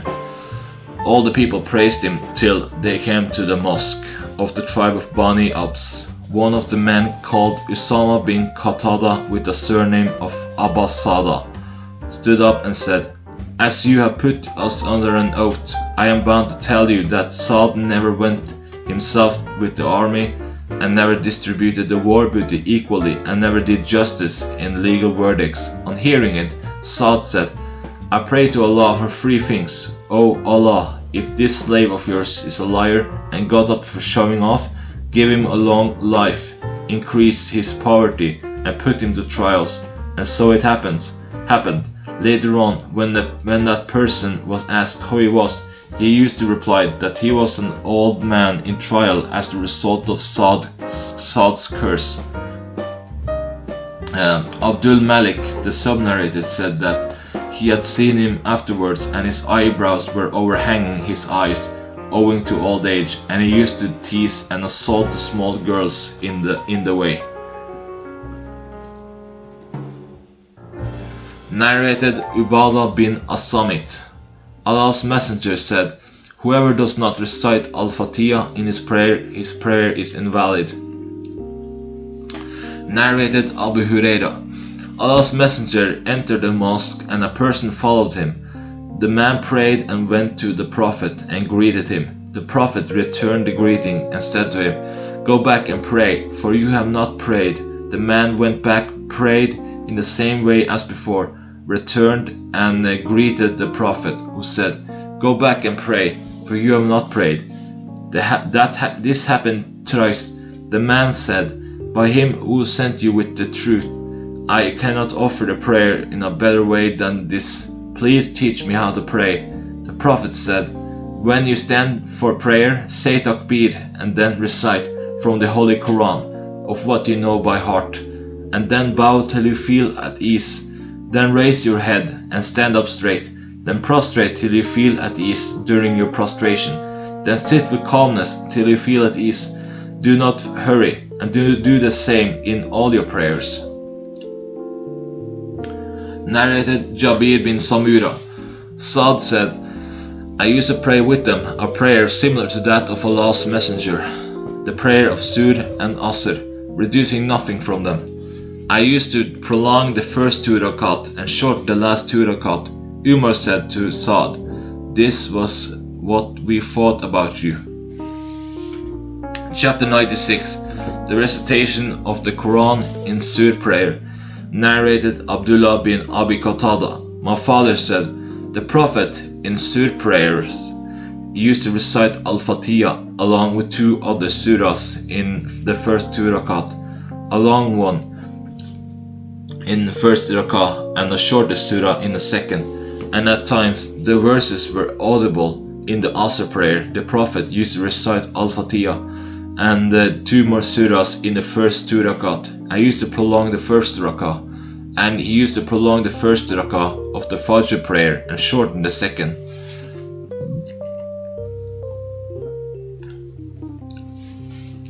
Narrated Abu Mamar. I asked Kabab whether the Prophet used to recite the Quran in the Sur and the Asr prayers. He replied in the affirmative. We said, how did you come to know that? He said, from the movement of his beard. Chapter 97. The recitation of the Quran in the Asr prayer. Narrated Abu Mamar. I asked Kabab bin al-Art whether the Prophet used to recite the Quran in the Sur and the Asr prayers. He replied in the affirmative. I said, how did you come to know that? He replied, from the movement of his beard. Narrated Abdullah bin Abi Qatada.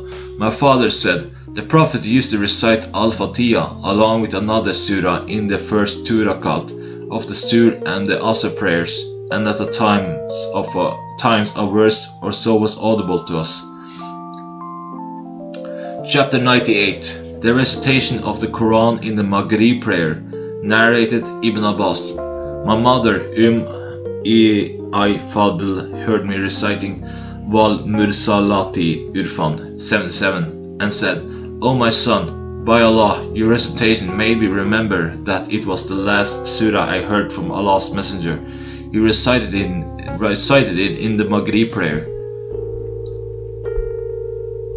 Narrated Marwan bin al-Hakam. Zayd bin Thabit said to me, why do you recite very short surahs in the Maghrib prayer, while I heard the Prophet reciting the longer of the 2 long surahs? Chapter 99. To recite aloud in the Maghrib prayer. Narrated Jubair bin Mutim. My father said, I heard Allah's Messenger reciting At-Tur 52 in the Maghrib prayer. Chapter 100. To recite aloud in the Isha prayer. Narrated Abu Rafi. I offered the Isha prayer behind Abu Huraira, and he recited Ida Samau na Shakat 84 and prostrated. On my inquiring, he said, I prostrated behind Abul Qasim, the Prophet, when he recited that surah, and I will go on doing it till I meet him. Narrated Al-Bara. The Prophet was on a journey and recited in one of the first 2 rakat of the Isha prayer what Tini was cited 95. Chapter 101. To recite in the Isha prayer with as-sajda prostration. Narrated Abu Rafi. Once I prayed the Isha prayer with Abu Huraira, and he recited Ida as-Samu and Shakat 84 and prostrated. I said, what is that? He said, I prostrated behind Abul Qasim, the Prophet, when he recited that surah, and I will go on doing it till I meet him. Chapter 102. Recitation in the Isha prayer. Narrated Al-Bara. I heard the Prophet reciting what Teteni was Saitun, 95, in the Isha prayer, and I never heard a sweeter voice or a better way of recitation than that of the Prophet.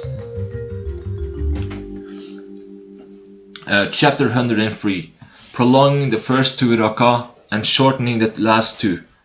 Narrated Jabir bin Samura. Umar said to Saad, "The people complained against you in everything, even in prayer." Saad replied, "Really? I used to prolong the first 2 rakat and shorten the last 2, and I will never shorten a prayer in which I follow Allah's messenger." Umar said, "You are telling the truth, and that is what I think I taught to you." Chapter 104, the recitation of the Quran in the Fajr prayer. Narrated Sayyar bin Salama. My father and I went to Abu Barsa al-Aslami to ask him about the stated times for the prayers. He replied, "The Prophet used to offer the Sur prayer when the sun just declined from its highest position at noon. The Asr at the time when if a man went to the farthest place in Medina after praying, he would find the sun still hot, bright." The sub-narrator said, "I have forgotten what Abu Barsa said about the Maghrib prayer. The Prophet never found any harm in delaying the Isha prayer to the first third of the night, and he never liked to sleep before it and talk after it. He used to offer the morning prayer at the time when after finishing it, one could recognize the person sitting beside him, and used to recite between 60 to 100 verses in one or both the rakat." Narrated Abu Huraira. The Quran is recited in every prayer, and in those prayers in which Allah's Messenger recited aloud for us, we recite aloud in the same prayers for you, and the prayers in which the Prophet recited quietly, we recite quietly. If you recite Al-Fatiha only, it is sufficient, but if you recite something else in addition, it is better.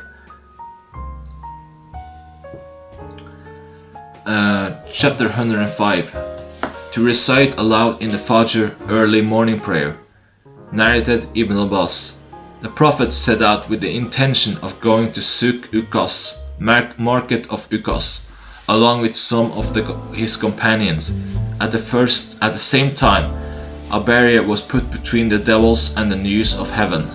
Fire commenced to be thrown at them. The devils went to the people, who asked them, "What is wrong with you?" They said, "A barrier has been placed between us and the news of heaven, and fire has been thrown at us." They said, "The thing which has put a barrier between you and the news of heaven must be something which has happened recently. Go eastward and westward and see what has put a barrier between you and the news of heaven." Those who went towards Tuhama came across the Prophet at a place called Nakla, and it was on the way to Suk Ukas, and the Prophet was offering the Fajr prayer with his companions. When they heard the Quran, they listened to it and said, "By Allah, this is the thing which has put a barrier between us and the news of heaven." They went to their people and said, "O our people, verily we have heard a wonderful recital Quran, which shows the true path. We believed in it and would not ascribe partners to our Lord." Allah revealed the following verses to his Prophet. Surah Jinn 72. "Say, it has been revealed to me, and what was revealed to him was the conversation of the jinns." Narrated Ibn Abbas. The Prophet recited aloud in the prayers in which he was ordered to do so, and quietly in the prayers in which he was ordered to do so, and your Lord is not forgetful. Verily, there was a good example for you in the ways of the Prophet. Chapter 106, to recite 2 surahs in 1 rak'ah and to recite the last verses of some surah, or to elite the surah in their reverse order, or to recite the beginning of a surah. Anas said, one of the Ansar used to lead the Ansar in Salat in the Kuba mosque, and it was his habit to recite Kul Huwallahu Ahad whenever he wanted to recite something in Salat. When he finished that surah, he would recite another one with it.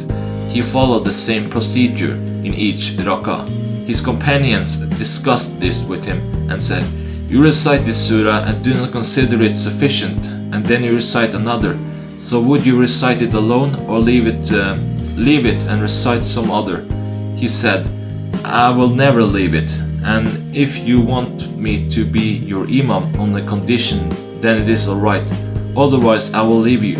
They know that he was the best amongst them, and they did not like someone else to lead them in salat. When the Prophet went to them as usual, they informed him about it.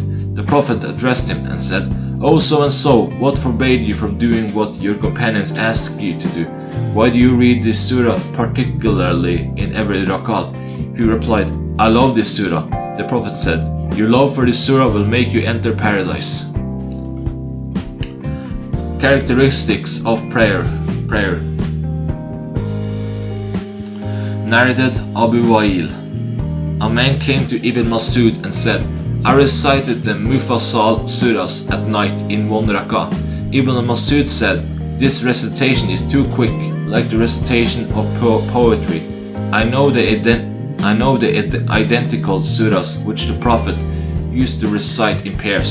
Ibn Masud then mentioned 20 Mufassal surahs, including 2 surahs from the family of those verses which begin with Ha, Mim, ? Which the Prophet used to recite in each rak'ah. Chapter 107. To recite only Surah Al-Fatiha in the last 2 rak'ah during a 4 rak'ah salat prayer. Narrated Abdullah bin Abi Qatada. My father said, the Prophet used to recite Al-Fatiha followed by another surah in the first 2 rakat of the prayer, and used to recite only Al-Fatiha in the last 2 rakat of the surah prayer. Sometimes a verse or so was audible, and he used to prolong the first rakah more than the second, and used to do the same in the Asr and Fajr prayers.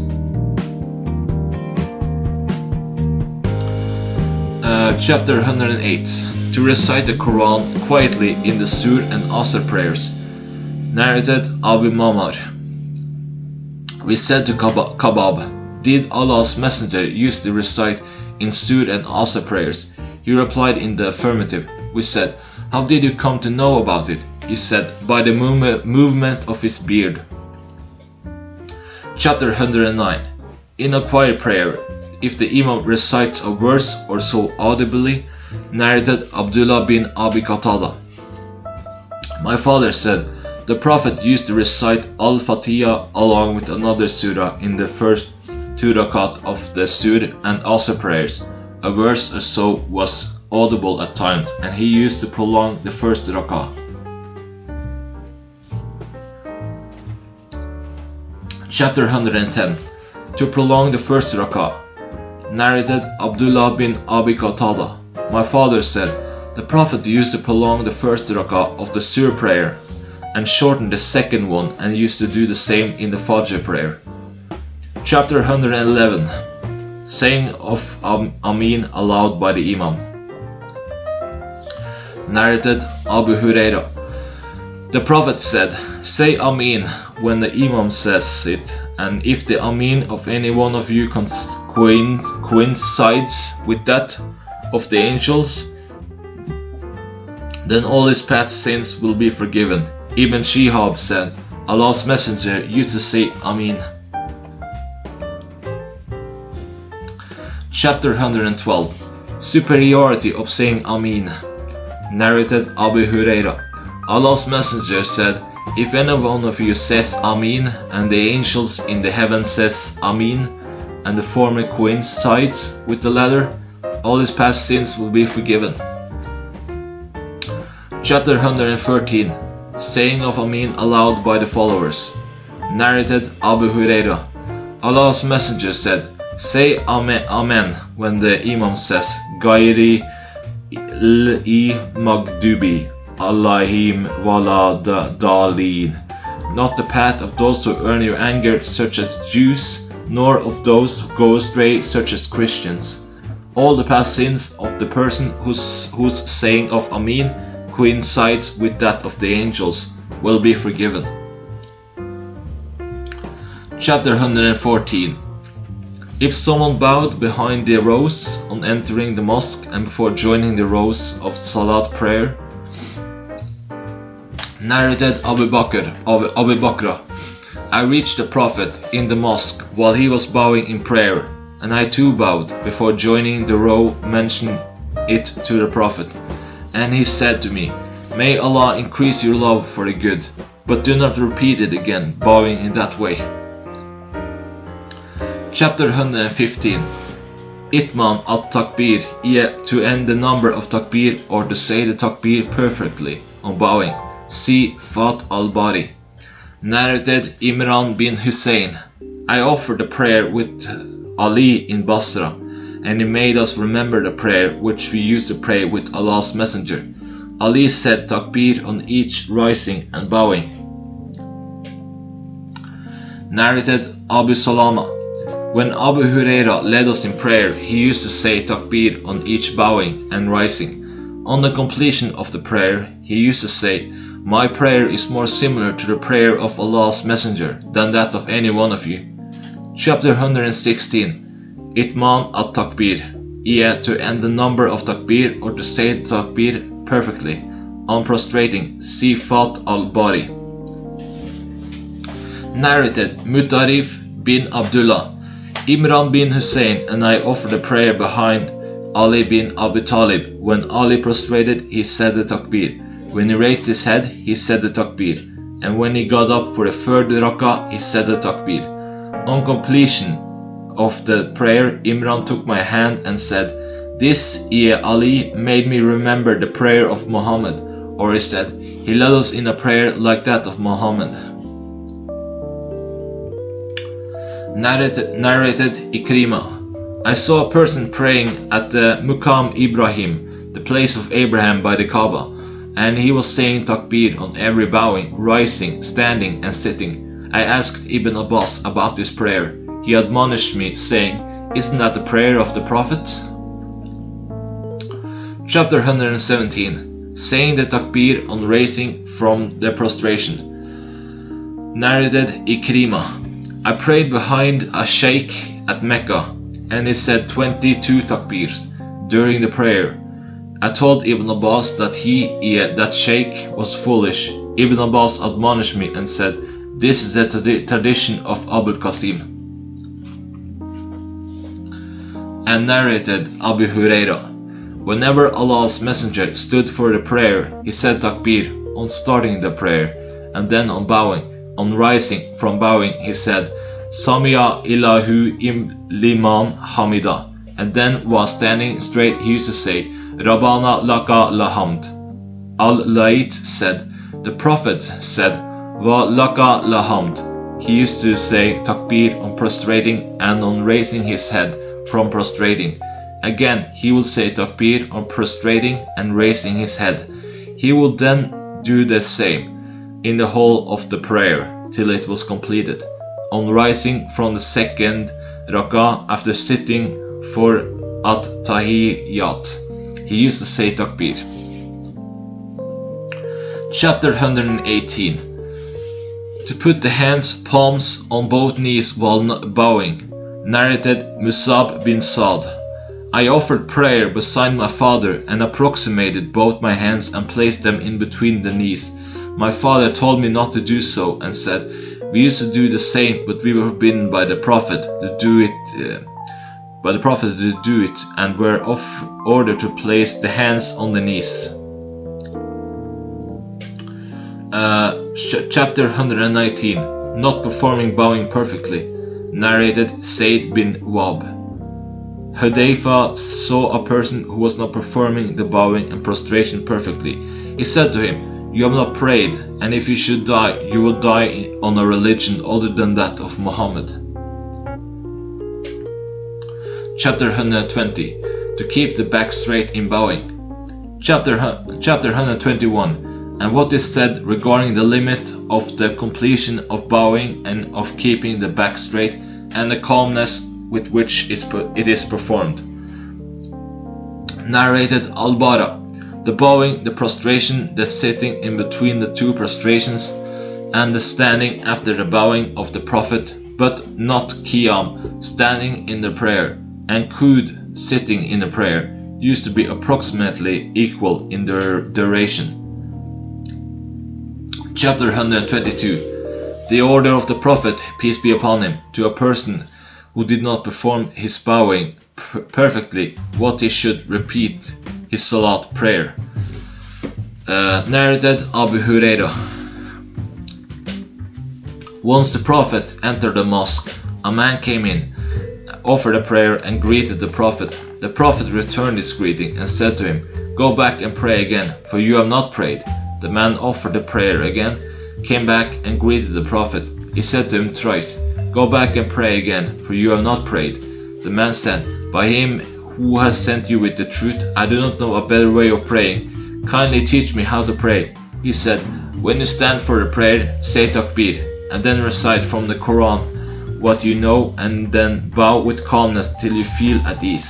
Then rise from bowing till you stand straight.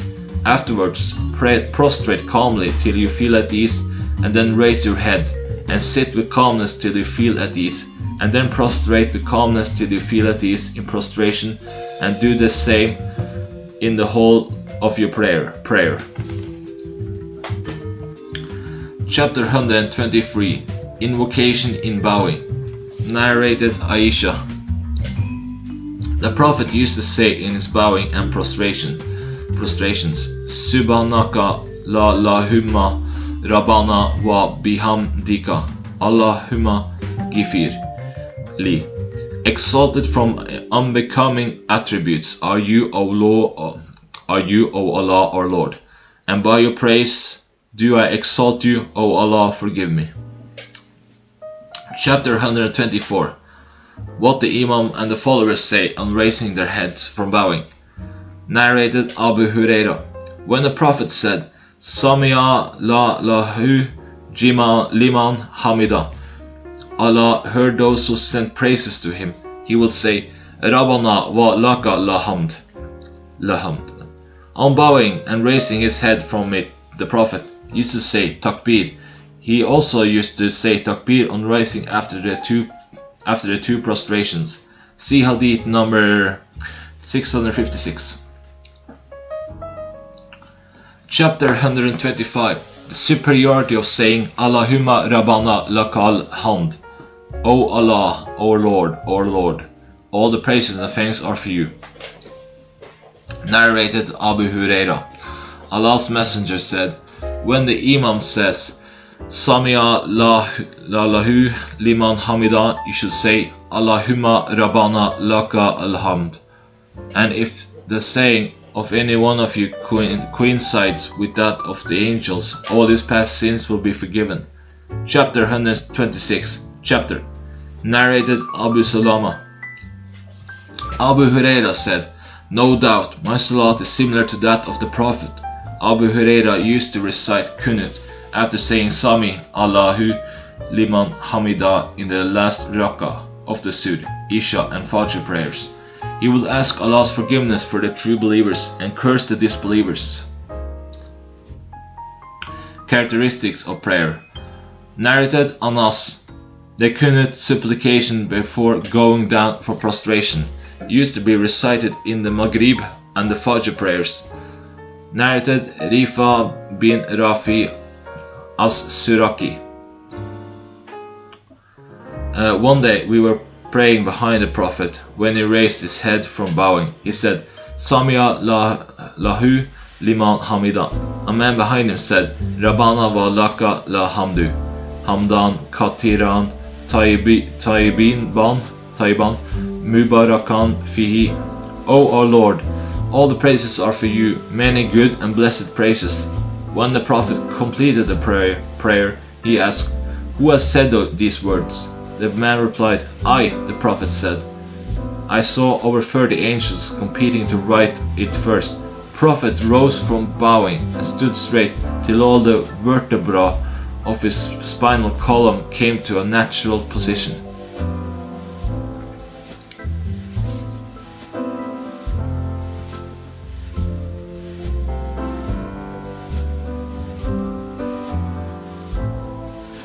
Chapter 127.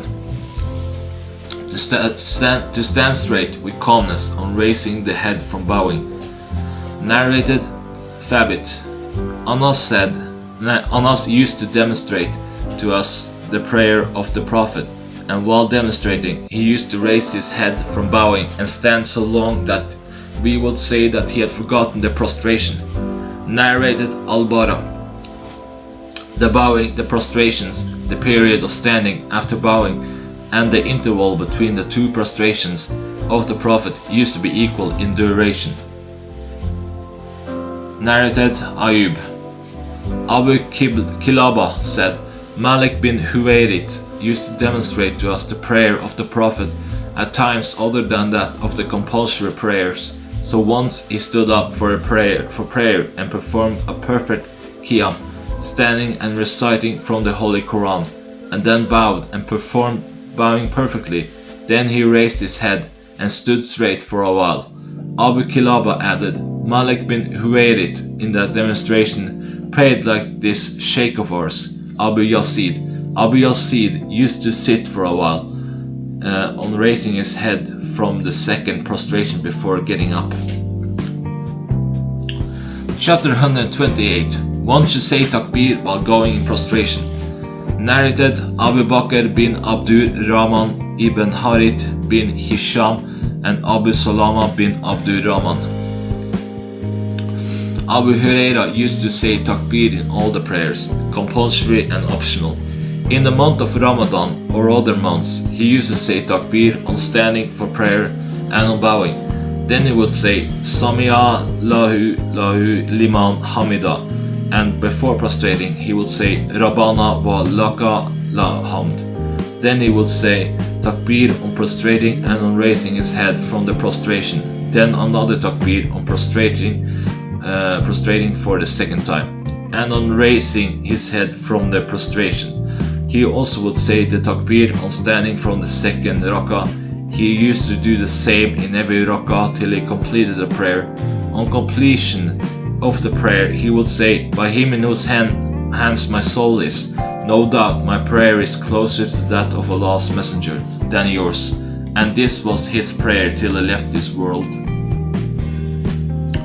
And Abu Huraira said, when Allah's Messenger raised his head from bowing, he used to say, Sami'a lahu liman hamida, Rabbana wa laka alhamd. He would evoke Allah for some people by naming them. O Allah, save Al-Walid bin Al-Walid, and Salama bin Hisham, and Ayash bin Abi Rabia, and the weak and the helpless people among the faithful believers. O Allah, be hard on the tribe of Mudar, and let them suffer for famine years like that of the time of Joseph. In those days, the eastern section of the tribe of Mudar was against the Prophet. Narrated Anas bin Malik. Allah's Messenger fell from a horse and the right side of his body was injured. We went to inquire about his health. Meanwhile, it was time for a prayer, and he led the prayer sitting, and we also prayed while sitting. On completion of the prayer, he said, the Imam is to be followed. Say takbir when he says it, bow when he bows, rise when he rises, and when he says Sami'a lahu liman hamida, say Rabbana wa laka la hamd, and prostrate if he prostrates. Sufyan narrated the same from Mamar. Ibn Juray said that the Prophet's right leg had been injured. Chapter 129. Superiority of prostrating. Narrated Abu Huraira. The people said, O Allah's Messenger, shall we see our Lord on the day of resurrection? He replied, Do you have any doubt in seeing the full moon on a clear, not cloudy night? They replied, No, O Allah's Messenger. He said, Do you have any doubt in seeing the sun when there are no clouds? They replied in the negative. He said, You will see Allah, your Lord, in the same way on the day of resurrection. People will be gathered, and He will order the people to follow what they used to worship. So some of them will follow the sun, some will follow the moon, and some will follow other deities. and only this nation, Muslims, will be left with its hypocrites. Allah will come to them and say, I am your Lord. They will say, we shall stay in this place till our Lord comes to us, and when our Lord will come, we will recognize him. Then Allah will come to them again and say, I am your Lord. They will say, you are our Lord. Allah will call them, and a sirat, a bridge, will be laid across hell, and I, Muhammad, shall be the first amongst the apostles to cross it with my followers. Nobody except the apostles will then be able to speak, and they will be saying then, Oh Allah, save us! Oh Allah, save us! There will be hooks like the thorns of Adhaan, in hell. Have you seen the thorns of Adhaan? The people said, yes. He said, those hooks will be like the thorns of Adhaan, but nobody except Allah knows their greatness in size, and these will entangle the people according to their deeds. Some of them will fall and stay in hell forever, others will receive punishment, torn into small pieces, and will get out of hell, till when Allah intends mercy on whomever He likes amongst the people of hell, He will order the angel to take out of hell those who worship none but Him alone. The angels will take them out by recognizing them from the traces of prostrations. For Allah has forbidden the hellfire to eat away those traces, so they will come out of the fire. It will eat away from the whole of the human body except the marks of the prostrations. At that time, they will come out of the fire as mere skeletons. The water of life will be poured on them, and as a result they will grow like the seeds growing out on the bank of flowing water.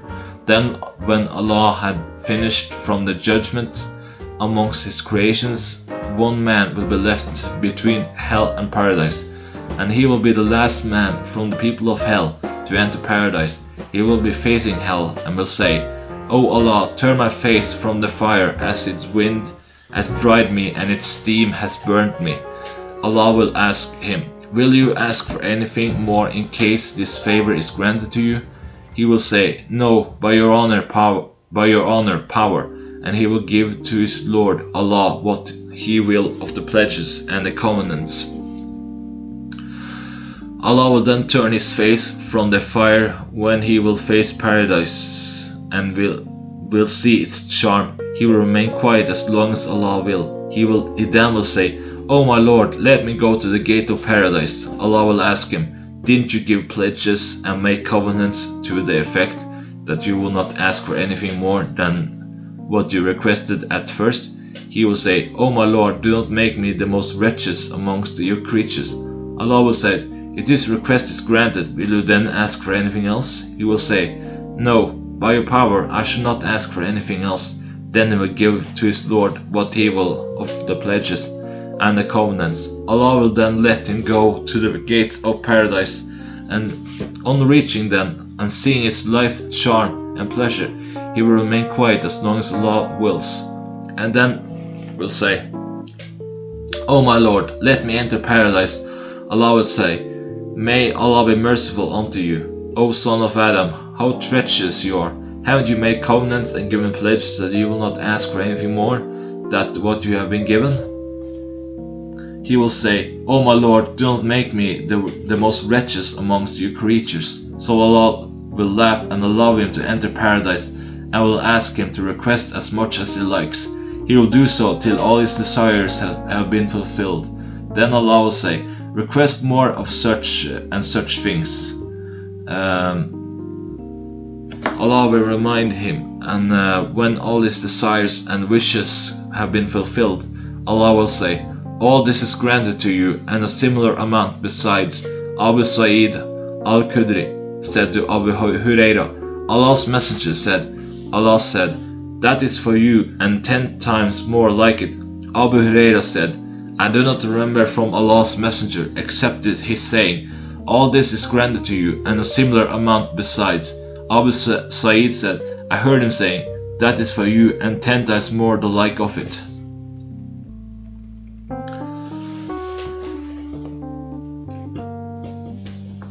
Chapter 130. During the prostrations, one should keep one's arms away from one's sides, and the abdomen should be kept away from the thighs. Narrated Abdullah bin Malik bin Buhayna. Whenever the Prophet used to offer prayer, he used to keep arms away from the body, so that the whiteness of his armpits was visible. Chapter 131. One should keep the toes in the direction of the Qibla. Chapter 132. If one does not perform the prostrations perfectly. Narrated Abu Wa'il. Hudayfa said, I saw a person not performing his bowing and prostrations perfectly when he completed the prayer. I told him that he had not prayed.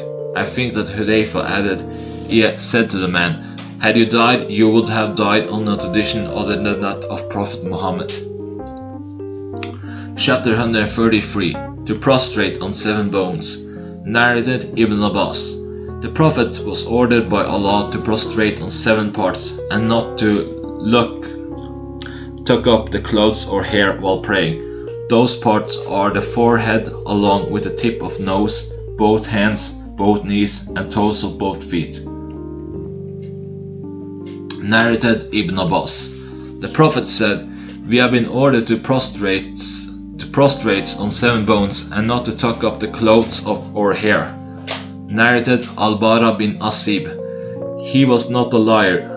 We used to pray behind the Prophet, and when he said Sami'a lahu liman hamida, none of us would bend his back to go for prostration till the Prophet had placed his forehead on the ground. Chapter 134. To prostrate on the nose. Narrated Ibn Abbas. The Prophet said, I have been ordered to prostrate on 7 bones, on the forehead along with the tip of the nose, and the Prophet pointed towards his nose, both hands, both knees and the toes of both feet, and not to gather the clothes or the hair. Chapter 135. To prostrate on the nose and in the mud. Narrated Abu Salama. Once I went to Abu Sa'id al-Khudri and asked him, won't you come with us to the date palm trees to have a talk? So Abu Sa'id went out and I asked him, tell me what you heard from the Prophet about the night of Qadr. Abu Sa'id replied, once Allah's Messenger performed al-Tikaf, seclusion, on the first 10 days of the month of Ramadan, and we did the same with him. Gabriel came to him and said, the night you are looking for is ahead of you. So the Prophet performed al-Tikaf in the middle second 10 days of the month of Ramadan, and we too performed al-Tikaf with him.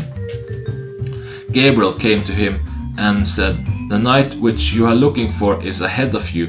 In the morning of the 20th of Ramadan, the Prophet delivered a sermon saying, whoever has performed al-Tikaf with me should continue it. I have been shown the night of Qadr, but have forgotten its date, but it is in the old nights of the last 10 nights. I saw in my dream that I was prostrating in mud and water. In those days the roof of the mosque was made of branches of date palm trees. At that time the sky was clear and no cloud was visible. But suddenly a cloud came and it rained. The Prophet led us in the prayer, and I saw the traces of mud on the forehead and on the nose of Allah's messenger. So it was the confirmation of that dream. Chapter 136. To tie the clothes and wrap them perfectly in Salat prayer, and whoever gathered his clothes for fear that his private parts may become exposed. Narrated Sal bin Sa'd. The people used to pray with the Prophet, tying their izars around their necks because of their small sizes, and the women were directed that they should not raise their heads from the prostrations till the man had sat straight. Chapter 137. One should not put the hair during Salat prayers. Narrated Ibn Abbas. The Prophet was ordered to prostrate on 7 bony parts and not to tuck up his clothes or hair. Chapter 148. One should not tuck up his garment in as-salat, the prayer. Narrated Ibn Abbas. The Prophet said, I have been ordered to prostrate on 7 bones, and not to tuck up the hair or garment. Chapter 139. To invoke and glorify Allah in prostration. Narrated Aisha. The Prophet used to say frequently in his bowing and prostrations, Subhanaka Lahumma Rabbana wa bihamdika Allahumma ghifir li. Exalted from unbecoming attributes are you, O Allah, our Lord, and by your praise do I exalt you. O Allah, forgive me. In this way, he was acting on what was explained to him in the Holy Quran. Chapter 140. To sit for a while between the 2 prostrations. Narrated Abu Kilaba. Once Malik bin Huwairit said to his friends, Shall I show you how Allah's Messenger used to offer his prayers? And it was not the time for any of the compulsory congregational prayers. So he stood up for the prayer, bowed and said the takbir. Then he raised his head and remained standing for a while, and then prostrated and raised his head for a while, sat up for a while. He prayed like our Sheikh Amr ibn Salama. Ayub said, the latter used to do a thing which I did not see the people doing. He used to sit between the 3rd and the 4th rakah. Malik bin Huwairit said, we came to the Prophet after embracing Islam and stayed with him. He said to us, when you go back to your families, pray such and such a prayer at such and such a time. Pray such and such a prayer at such and such a time. And when there is the time for a prayer, then only of you should pronounce the Adhaan for a prayer, and the oldest of you should lead the prayer. Narrated Al-Bara. The time taken by the Prophet in prostrations, bowing and the sitting interval between the 2 prostrations was about the same. Narrated Thabit. Anas said, I will leave no stone unturned in making you offer the prayer, as I have seen the Prophet making us offer it. Anas used to do a thing which I have not seen you doing. He used to stand after the bowing for such a long time that one would think that he had forgotten the prostrations, and he used to sit in between the prostrations so long that one would think that he had forgotten the 2nd prostration. Chapter 141. One should not put the forearms on the ground during prostrations. Narrated Anas bin Malik. The Prophet said, be straight in the prostrations, and none of you should put his forearms on the ground in the prostration like a dog. Chapter 142. Sitting straight in a witr prayer, an odd rakah, and then getting up. Narrated Malik bin Huwairit al-Laiti. I saw the Prophet praying in the odd rakat. He used to sit for a moment before getting up. Chapter 143. How to support oneself on the ground while standing after finishing the rakah after the 2 prostrations. Narrated Ayub. Abu Kilaba said, Malik bin Huwairit came to us and led us in the prayer in this mosque of ours, and said, I lead you in prayer, but I do not want to offer the prayer, but just to show you how Allah's apostle performed his prayers. I asked Abu Kilaba, how was the prayer of Malik bin Huwairit? He replied, like the prayer of this sheikh of ours, Amr bin Salima. That sheikh used to pronounce the takbir perfectly, and when he raised his head from the 2nd prostration, he would sit for a while and then support himself on the ground and get up. Chapter 144. Saying takbir on the rising from the 2 prostrations. Narrated Sa'id bin al-Harith.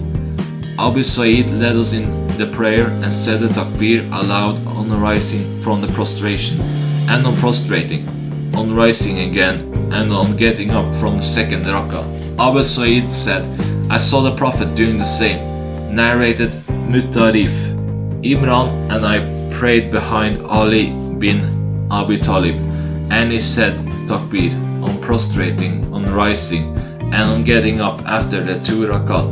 Yet after the second rakat, when the prayer was finished, Imran took me by the hand and said, "He, Ali, has prayed the prayer of Muhammad," or said, "He made us remember the prayer of Muhammad."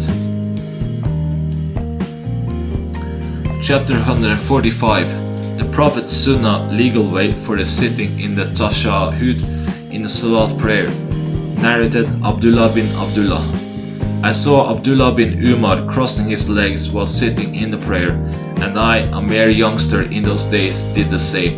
Ibn Umar forbade me to do so and said, "The proper way is to keep the right foot propped up and bend the left in the prayer."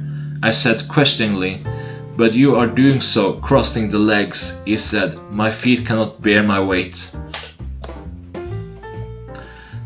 Narrated Muhammad bin Amr bin Atta. I was sitting with some of the companions of Allah's Messenger, and we were discussing about the way of praying of the Prophet.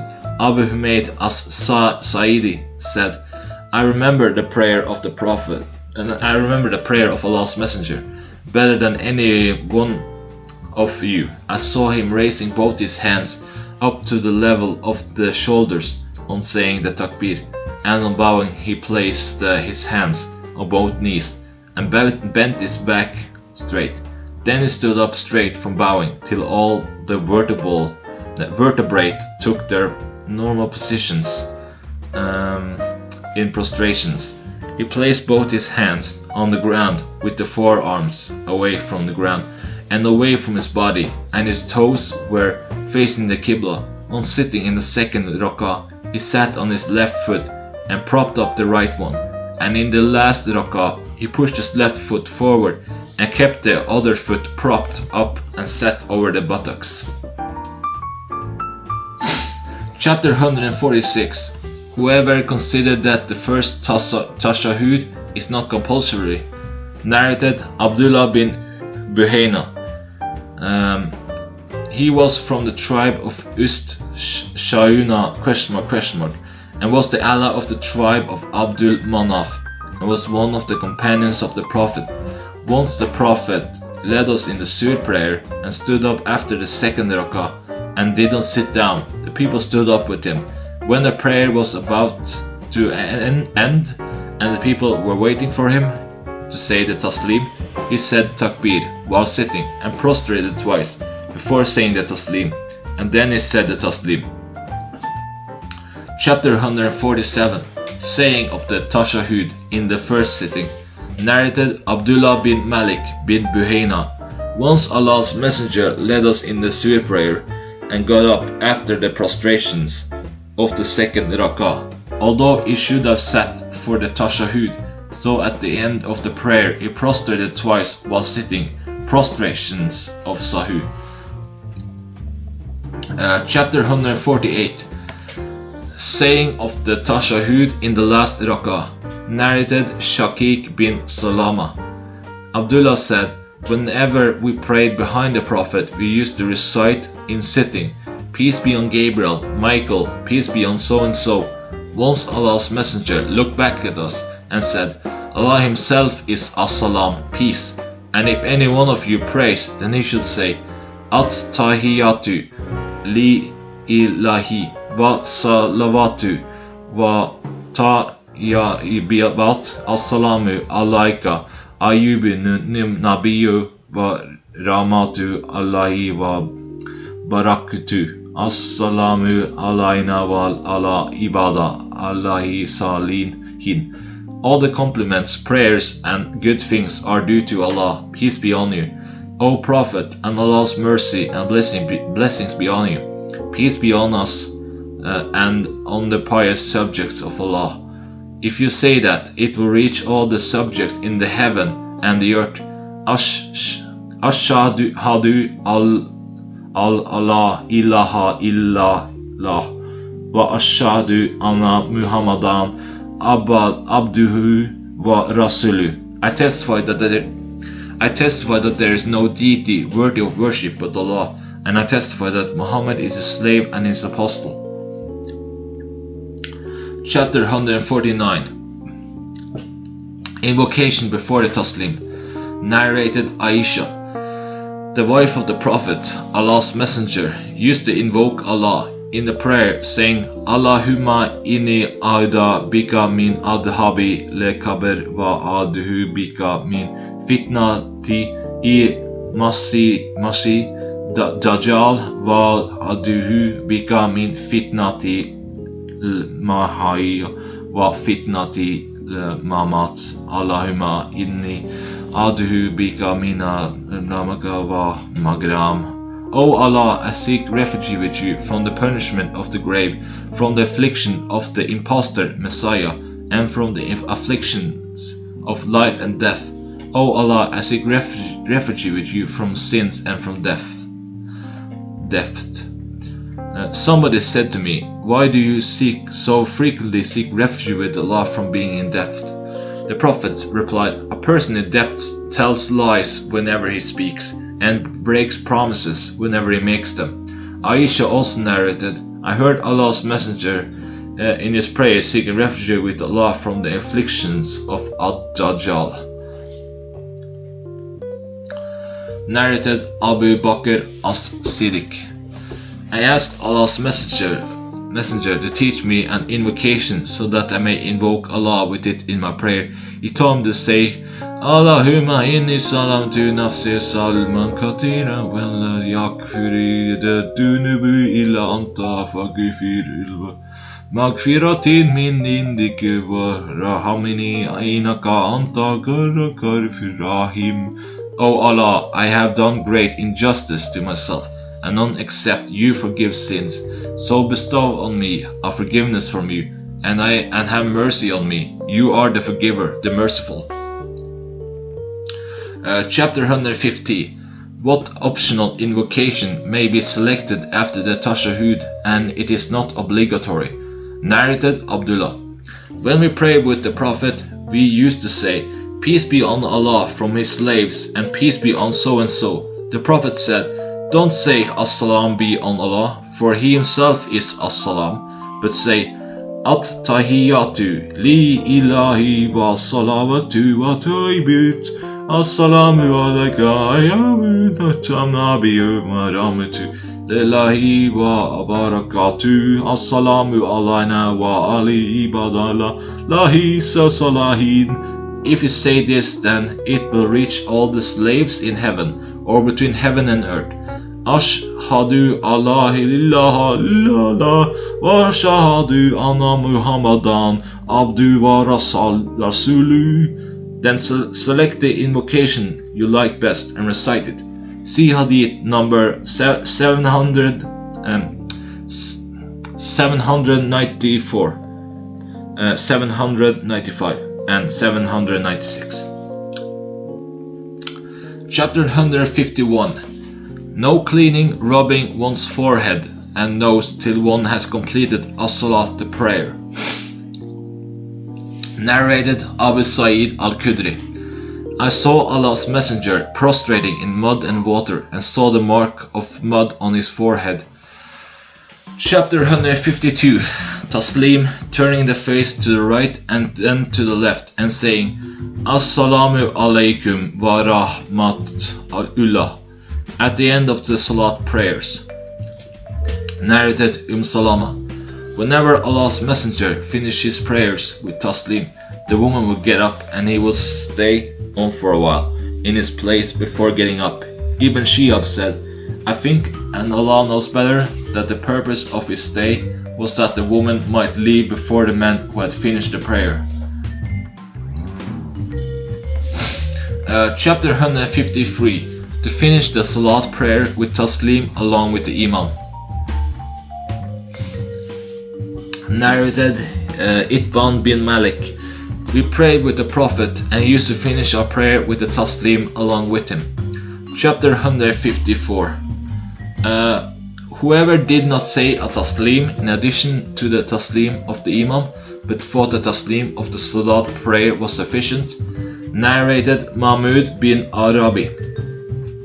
I remember Allah's messenger and also the mouthful of water which he took from a bucket in our house and ejected on me.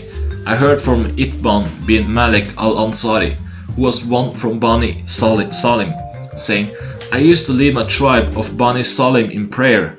Once I went to the Prophet and said to him, I have weak eyesight, and at times the rainwater flood intervenes between me and the mosque of my tribe, and I wish that you would come to my house and pray at some place, so that I could take that place as a place for praying, mosque. He said, Allah willing, I shall do that. Next day, Allah's messenger, along with Abu Bakr, came to my house after the sun had risen high, and he asked permission to enter. I gave him permission, but he didn't sit till he said to me, Where do you want me to pray in your house? I pointed to a place in the house where I wanted him to pray. So he stood up for the prayer and we aligned behind him.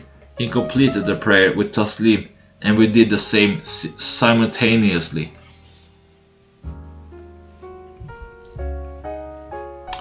Chapter 156. The dhikr, remembering Allah by glorifying, praising and magnifying Him. After as-salat, the prayer. Narrated Abu Mabad.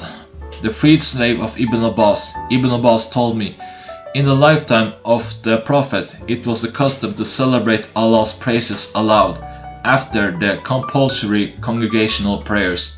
Ibn Abbas further said, when I heard the dhikr, I would learn that the compulsory congregational prayer had ended. Narrated Ibn Abbas, I used to recognize the completion of prayer of the Prophet by hearing takbir.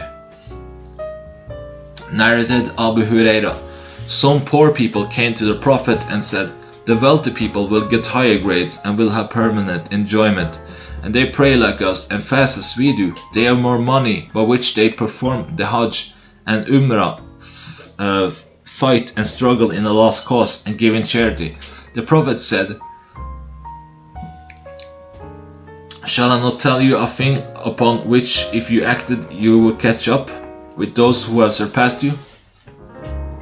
Nobody would overtake you, and you will be better than the people amongst whom you live, except those who would do the same. Say, Subhanallah, Alhamdulillah, and Allahu Akbar 33 times, each after every compulsory prayer. We differed, and some of us said that we should say Subhanallah 33 times, and Alhamdulillah 33 times, and Allahu Akbar 34 times. I went to the Prophet, who said, say Subhanallah and Alhamdulillah and Allahu Akbar altogether, question mark 33 times. Narrated Warad. The clerk of Al-Mughira bin Shuba, once Mughira dictated to me in a letter addressed to Muawiyah that the Prophet used to say after every compulsory prayer, La ilaha illallahu wahdahu ila sharika lahu lahul mulku wa lahu alhamdu wa huwa ala kulli shay'in qadir al-huma lamaniya lima ataita wa la mutiya lima manata wa la yanfa. There is no deity but Allah alone, no partner to Him. His is the kingdom, and all praise, and omnipotent is He. O Allah, nobody can hold back what you gave, nobody can give what you held back, and no struggler's effort can benefit against you. And Al-Hasan said, Al-Jad means prosperity. Question mark. Chapter 156. The Imam should face the followers after finishing the prayer with taslim. Narrated Samura bin Jundub. The Prophet used to face us on completion of the prayer. Narrated Sayyid bin Khalid al-Juhani. The Prophet led us in Fajr prayer at Hudaybiyah after a rainy night. On completion of the prayer, he faced the people and said, "Do you know what your Lord has said, revealed?" The people replied, "Allah and His apostle know better." He said, "Allah has said, in the morning some of my slaves remained as true believers, and some became non-believers. Whoever said that the rain was due to the blessings and the mercy of Allah had belief in me, and the disbelievers in the stars, and whoever said that it rained because of a particular star had no belief in me, but believes in that star." Narrated Anas bin Malik. Once the Prophet delayed the Isha prayer until midnight and then came to us. Having prayed, he faced us and said, "The people had prayed and slept, but you were in the prayer as long as you were waiting for it." Chapter 157. The staying of the Imam at his Musalla praying place after finishing the prayer with Taslim. Narrated Nafi. Ibn Umar used to offer prayers, Nawafil, at the place where he had offered the compulsory prayer. Al-Qasim bin Muhammad bin Abu Bakr did the same. The narration coming from Abu Huraira from the Prophet forbidding the Imam from offering prayers, optional prayer, at the same place where he was offered the compulsory prayer is incorrect. Characteristics of prayer. Narrated Salama. The Prophet, after finishing the prayer with Taslim, used to stay at his place for a while. Ibn Shihab said, "I think, and Allah knows better, that he used to wait for the departure of the woman who had prayed." Ibn Shihab wrote that he had heard it from Hind bint al-Harith al-Firasiyah from Salama, the wife of the Prophet. Hind was from the companions of Salama, who said, when the Prophet finished the prayer with Taslim, the woman would depart and enter their houses before Allah's apostle departed. Chapter 158. Whoever led the people in Salat prayer and remembered an rent matter or necessity and had to pass over the people to carry out that. Narrated Uqba. I offered the Asr prayer behind the Prophet at Medina. When he had finished the prayer with Taslim, he got up hurriedly and went out by crossing the rows of the people to one of the dwellings of his wives. The people got scared at his speed. The Prophet came back and found the people surprised at his haste and said to them, I remembered a piece of gold lying in my house, and I did not like it to divert my attention from Allah's worship, so I have ordered it to be distributed in charity. Chapter 159. To leave or depart from the right and from the left after finishing from the Salat prayers. Narrated Abdullah. You should not give away a part of your prayer to Satan by thinking that it is necessary to depart after finishing the prayer from one's right side only. I have seen the Prophet often leave from the left side. Chapter 160. What has been said about uncooked garlic, onion and leek. Narrated Ibn Umar. During the holy battle of Khaybar, the Prophet said, whoever ate from this plant, i.e. garlic, should not enter our mosque. Narrated Atta.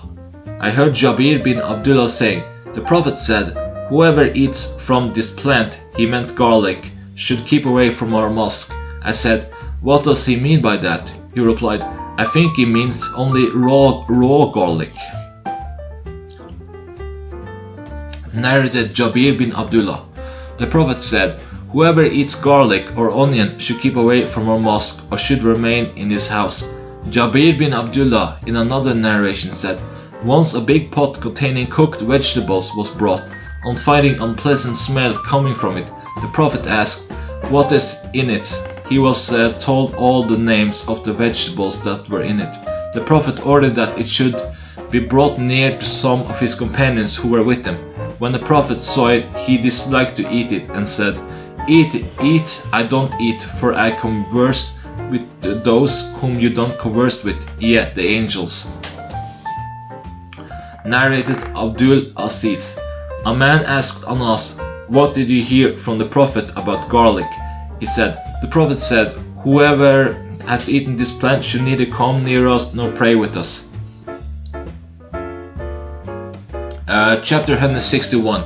The ablution for boys, youngsters, when they should perform ghusl, take a bath, and do purifications, their attendance at congregational prayers, and their roles in the prayers. Narrated Sulaiman Ash-Shaybani. I heard Ash-Shubi say, a person who was accompanying the Prophet passed by a grave that was separated from the other graves, told me that the Prophet once led the people in the funeral prayer, and the people had a line behind him. I said, "O Abba Amr, who told you about it?" He said, "Ibn Abbas." Narrated Abu Sa'id al-Khudri. The Prophet said, "Ghusl, taking a bath on Friday, is compulsory for every Muslim reaching the age of puberty." Narrated Ibn Abbas. One night I slept at the house of my aunt Maimuna, and the Prophet slept too. He got up for prayer in the last hours of the night and performed a light ablution from a hanging leather skin. Amr, the sub-narrator, described that the ablution was very light. Then he stood up for prayer, and I got up too, and performed the ablution in the same way, and joined him on his left side. He pulled me to the right, and prayed as much as Allah will. Then he lay down and slept, and I heard his breath sound, till the Muaddin came to him to inform him about the Fajr prayer. He left with him for the prayer and prayed without repeating the ablution. Sufyan, the sub-narrator, said, "We said to Amr, some people say, the eyes of the prophet sleep, but his heart never sleeps." Amr said, Ubay bin Umar said, "The dreams of the prophets are divine inspirations." Then he recited, "O my son, I have seen in dream that I was slaughtering you, offering you in sacrifice." 3702. Narrated Anas bin Malik. My grandmother Mulaika invited Allah's Messenger for a meal which she had prepared specially for him. He ate some of it and said, "Get up, I shall lead you in the prayer." I brought a mat that had become black owing to the excessive use, and I sprinkled water on it. Allah's Messenger stood on it and prayed 2 rakat, and the orphan was with me in the first row, and the old lady stood behind us. Narrated Ibn Abbas. Once I came riding a she-ass, and I then had just attained the age of puberty. Allah's Messenger was leading the people in prayer at Mina, facing no wall. I passed in front of the row and let loose the she-ass for grazing and joined the row, and no one objected to my deed. Narrated Aisha. Once Allah's Messenger delayed the Isha prayer till Umar informed him that the woman and children had slept. Then Allah's Messenger came out and said, "None from amongst the dwellers of earth have prayed this prayer except you." In those days, none but the people of Medina prayed. Narrated Abdur Rahman bin Abis. A person asked Ibn Abbas, "Have you ever presented yourself at the Eid prayer with Allah's Apostle?" He replied, "Yes, and had it not been for my kinship position with the Prophet, it would not have been possible for me to do so, for he was too young." The Prophet went to the mark near the house of Qatir bin Asad and delivered a sermon. He then went towards the woman he advised and reminded them and asked them to give alms. So the woman would bring her hand near her neck and take off her necklace and put it in the garment of Bilal. Then the Prophet and Bilal came to the house. Chapter 162. Going of woman to the mosque at night and in darkness. Narrated Aisha. Once Allah's Messenger delayed the Isha prayer till the Umar informed him that the woman and children had slept. The Prophet came out and said, "None except you from amongst the dwellers of earth is waiting for this prayer." In those days there was no prayer except in Medina, and they used to pray the Isha prayer between the disappearance of the twilight and the first third of the night. Narrated Ibn Umar. The Prophet said, "If your woman asks permission to go to the mosque at night, allow them." Chapter 163. The waiting of the people for the religious learned imam to get up after a prayer to depart. Narrated Salama. The wife of the Prophet in the lifetime of Allah's Messenger. The woman used to get up when they finished their compulsory prayers with taslim. The Prophet and the men would stay on at their places as long as Allah will. When the Prophet got up, the men would then get up. Narrated Aisha. When Allah's Messenger finished the Fajr prayer, the woman would leave covered in the sheets and were not recognized owing to the darkness. Narrated Abdullah bin Abi Qatada al-Ansari. My father said, Allah's Messenger said, "Whenever I stand for prayer, I want to prolong it, but on hearing the cries of a child, I would shorten it, as I dislike to put its mother in trouble." Narrated Aisha. Had Allah's Messenger known what the women were doing, he would have forbidden them from going to the mosque, as the women of Bani Israel had been forbidden. Yahya bin Sa'id, a sub-narrated, asked Amra, another sub-narrator, "Were the women of Bani Israel forbidden?" She replied, "Yes." Chapter 164. The Salat prayer of women behind men. Narrated Salama. Whenever Allah's Messenger completed the prayer with taslim, the woman used to get up immediately, and Allah's Messenger would remain at his place for someone before getting up. The sub-narrated As-Suri said, "We think, and Allah knows better, that he did so that the woman might leave before men could get in touch with them." Narrated Anas. The Prophet prayed in the house of Sulaym, and I, along with an orphan, stood behind him, while Sulaym stood behind us. Chapter 165. Returning of the woman immediately after the Fajr prayer, and their staying in the mosque for a short period only. Narrated Aisha. Allah's Messenger used to offer the Fajr prayer when it was still dark, and the believing woman used to return after finishing the prayer, and nobody could recognize them owing to darkness, or they could not recognize one another. Chapter 166. A woman shall ask her husband permission on wishing to go to the mosque. Narrated Salim bin Abdullah. My father said, the Prophet said, "If the wife of any one of you asks permission to go to the mosque, do not forbid her." Chapter 166. Woman praying behind men. Narrated Anas. The Prophet prayed in the house of Sulaym, and I, along with an orphan, stood behind him, while Sulaym stood behind us. Narrated Salama. Whenever Allah's Messenger completed the Salat with taslim, the woman used to get up immediately, and Allah's Messenger would remain at his place for some time before getting up.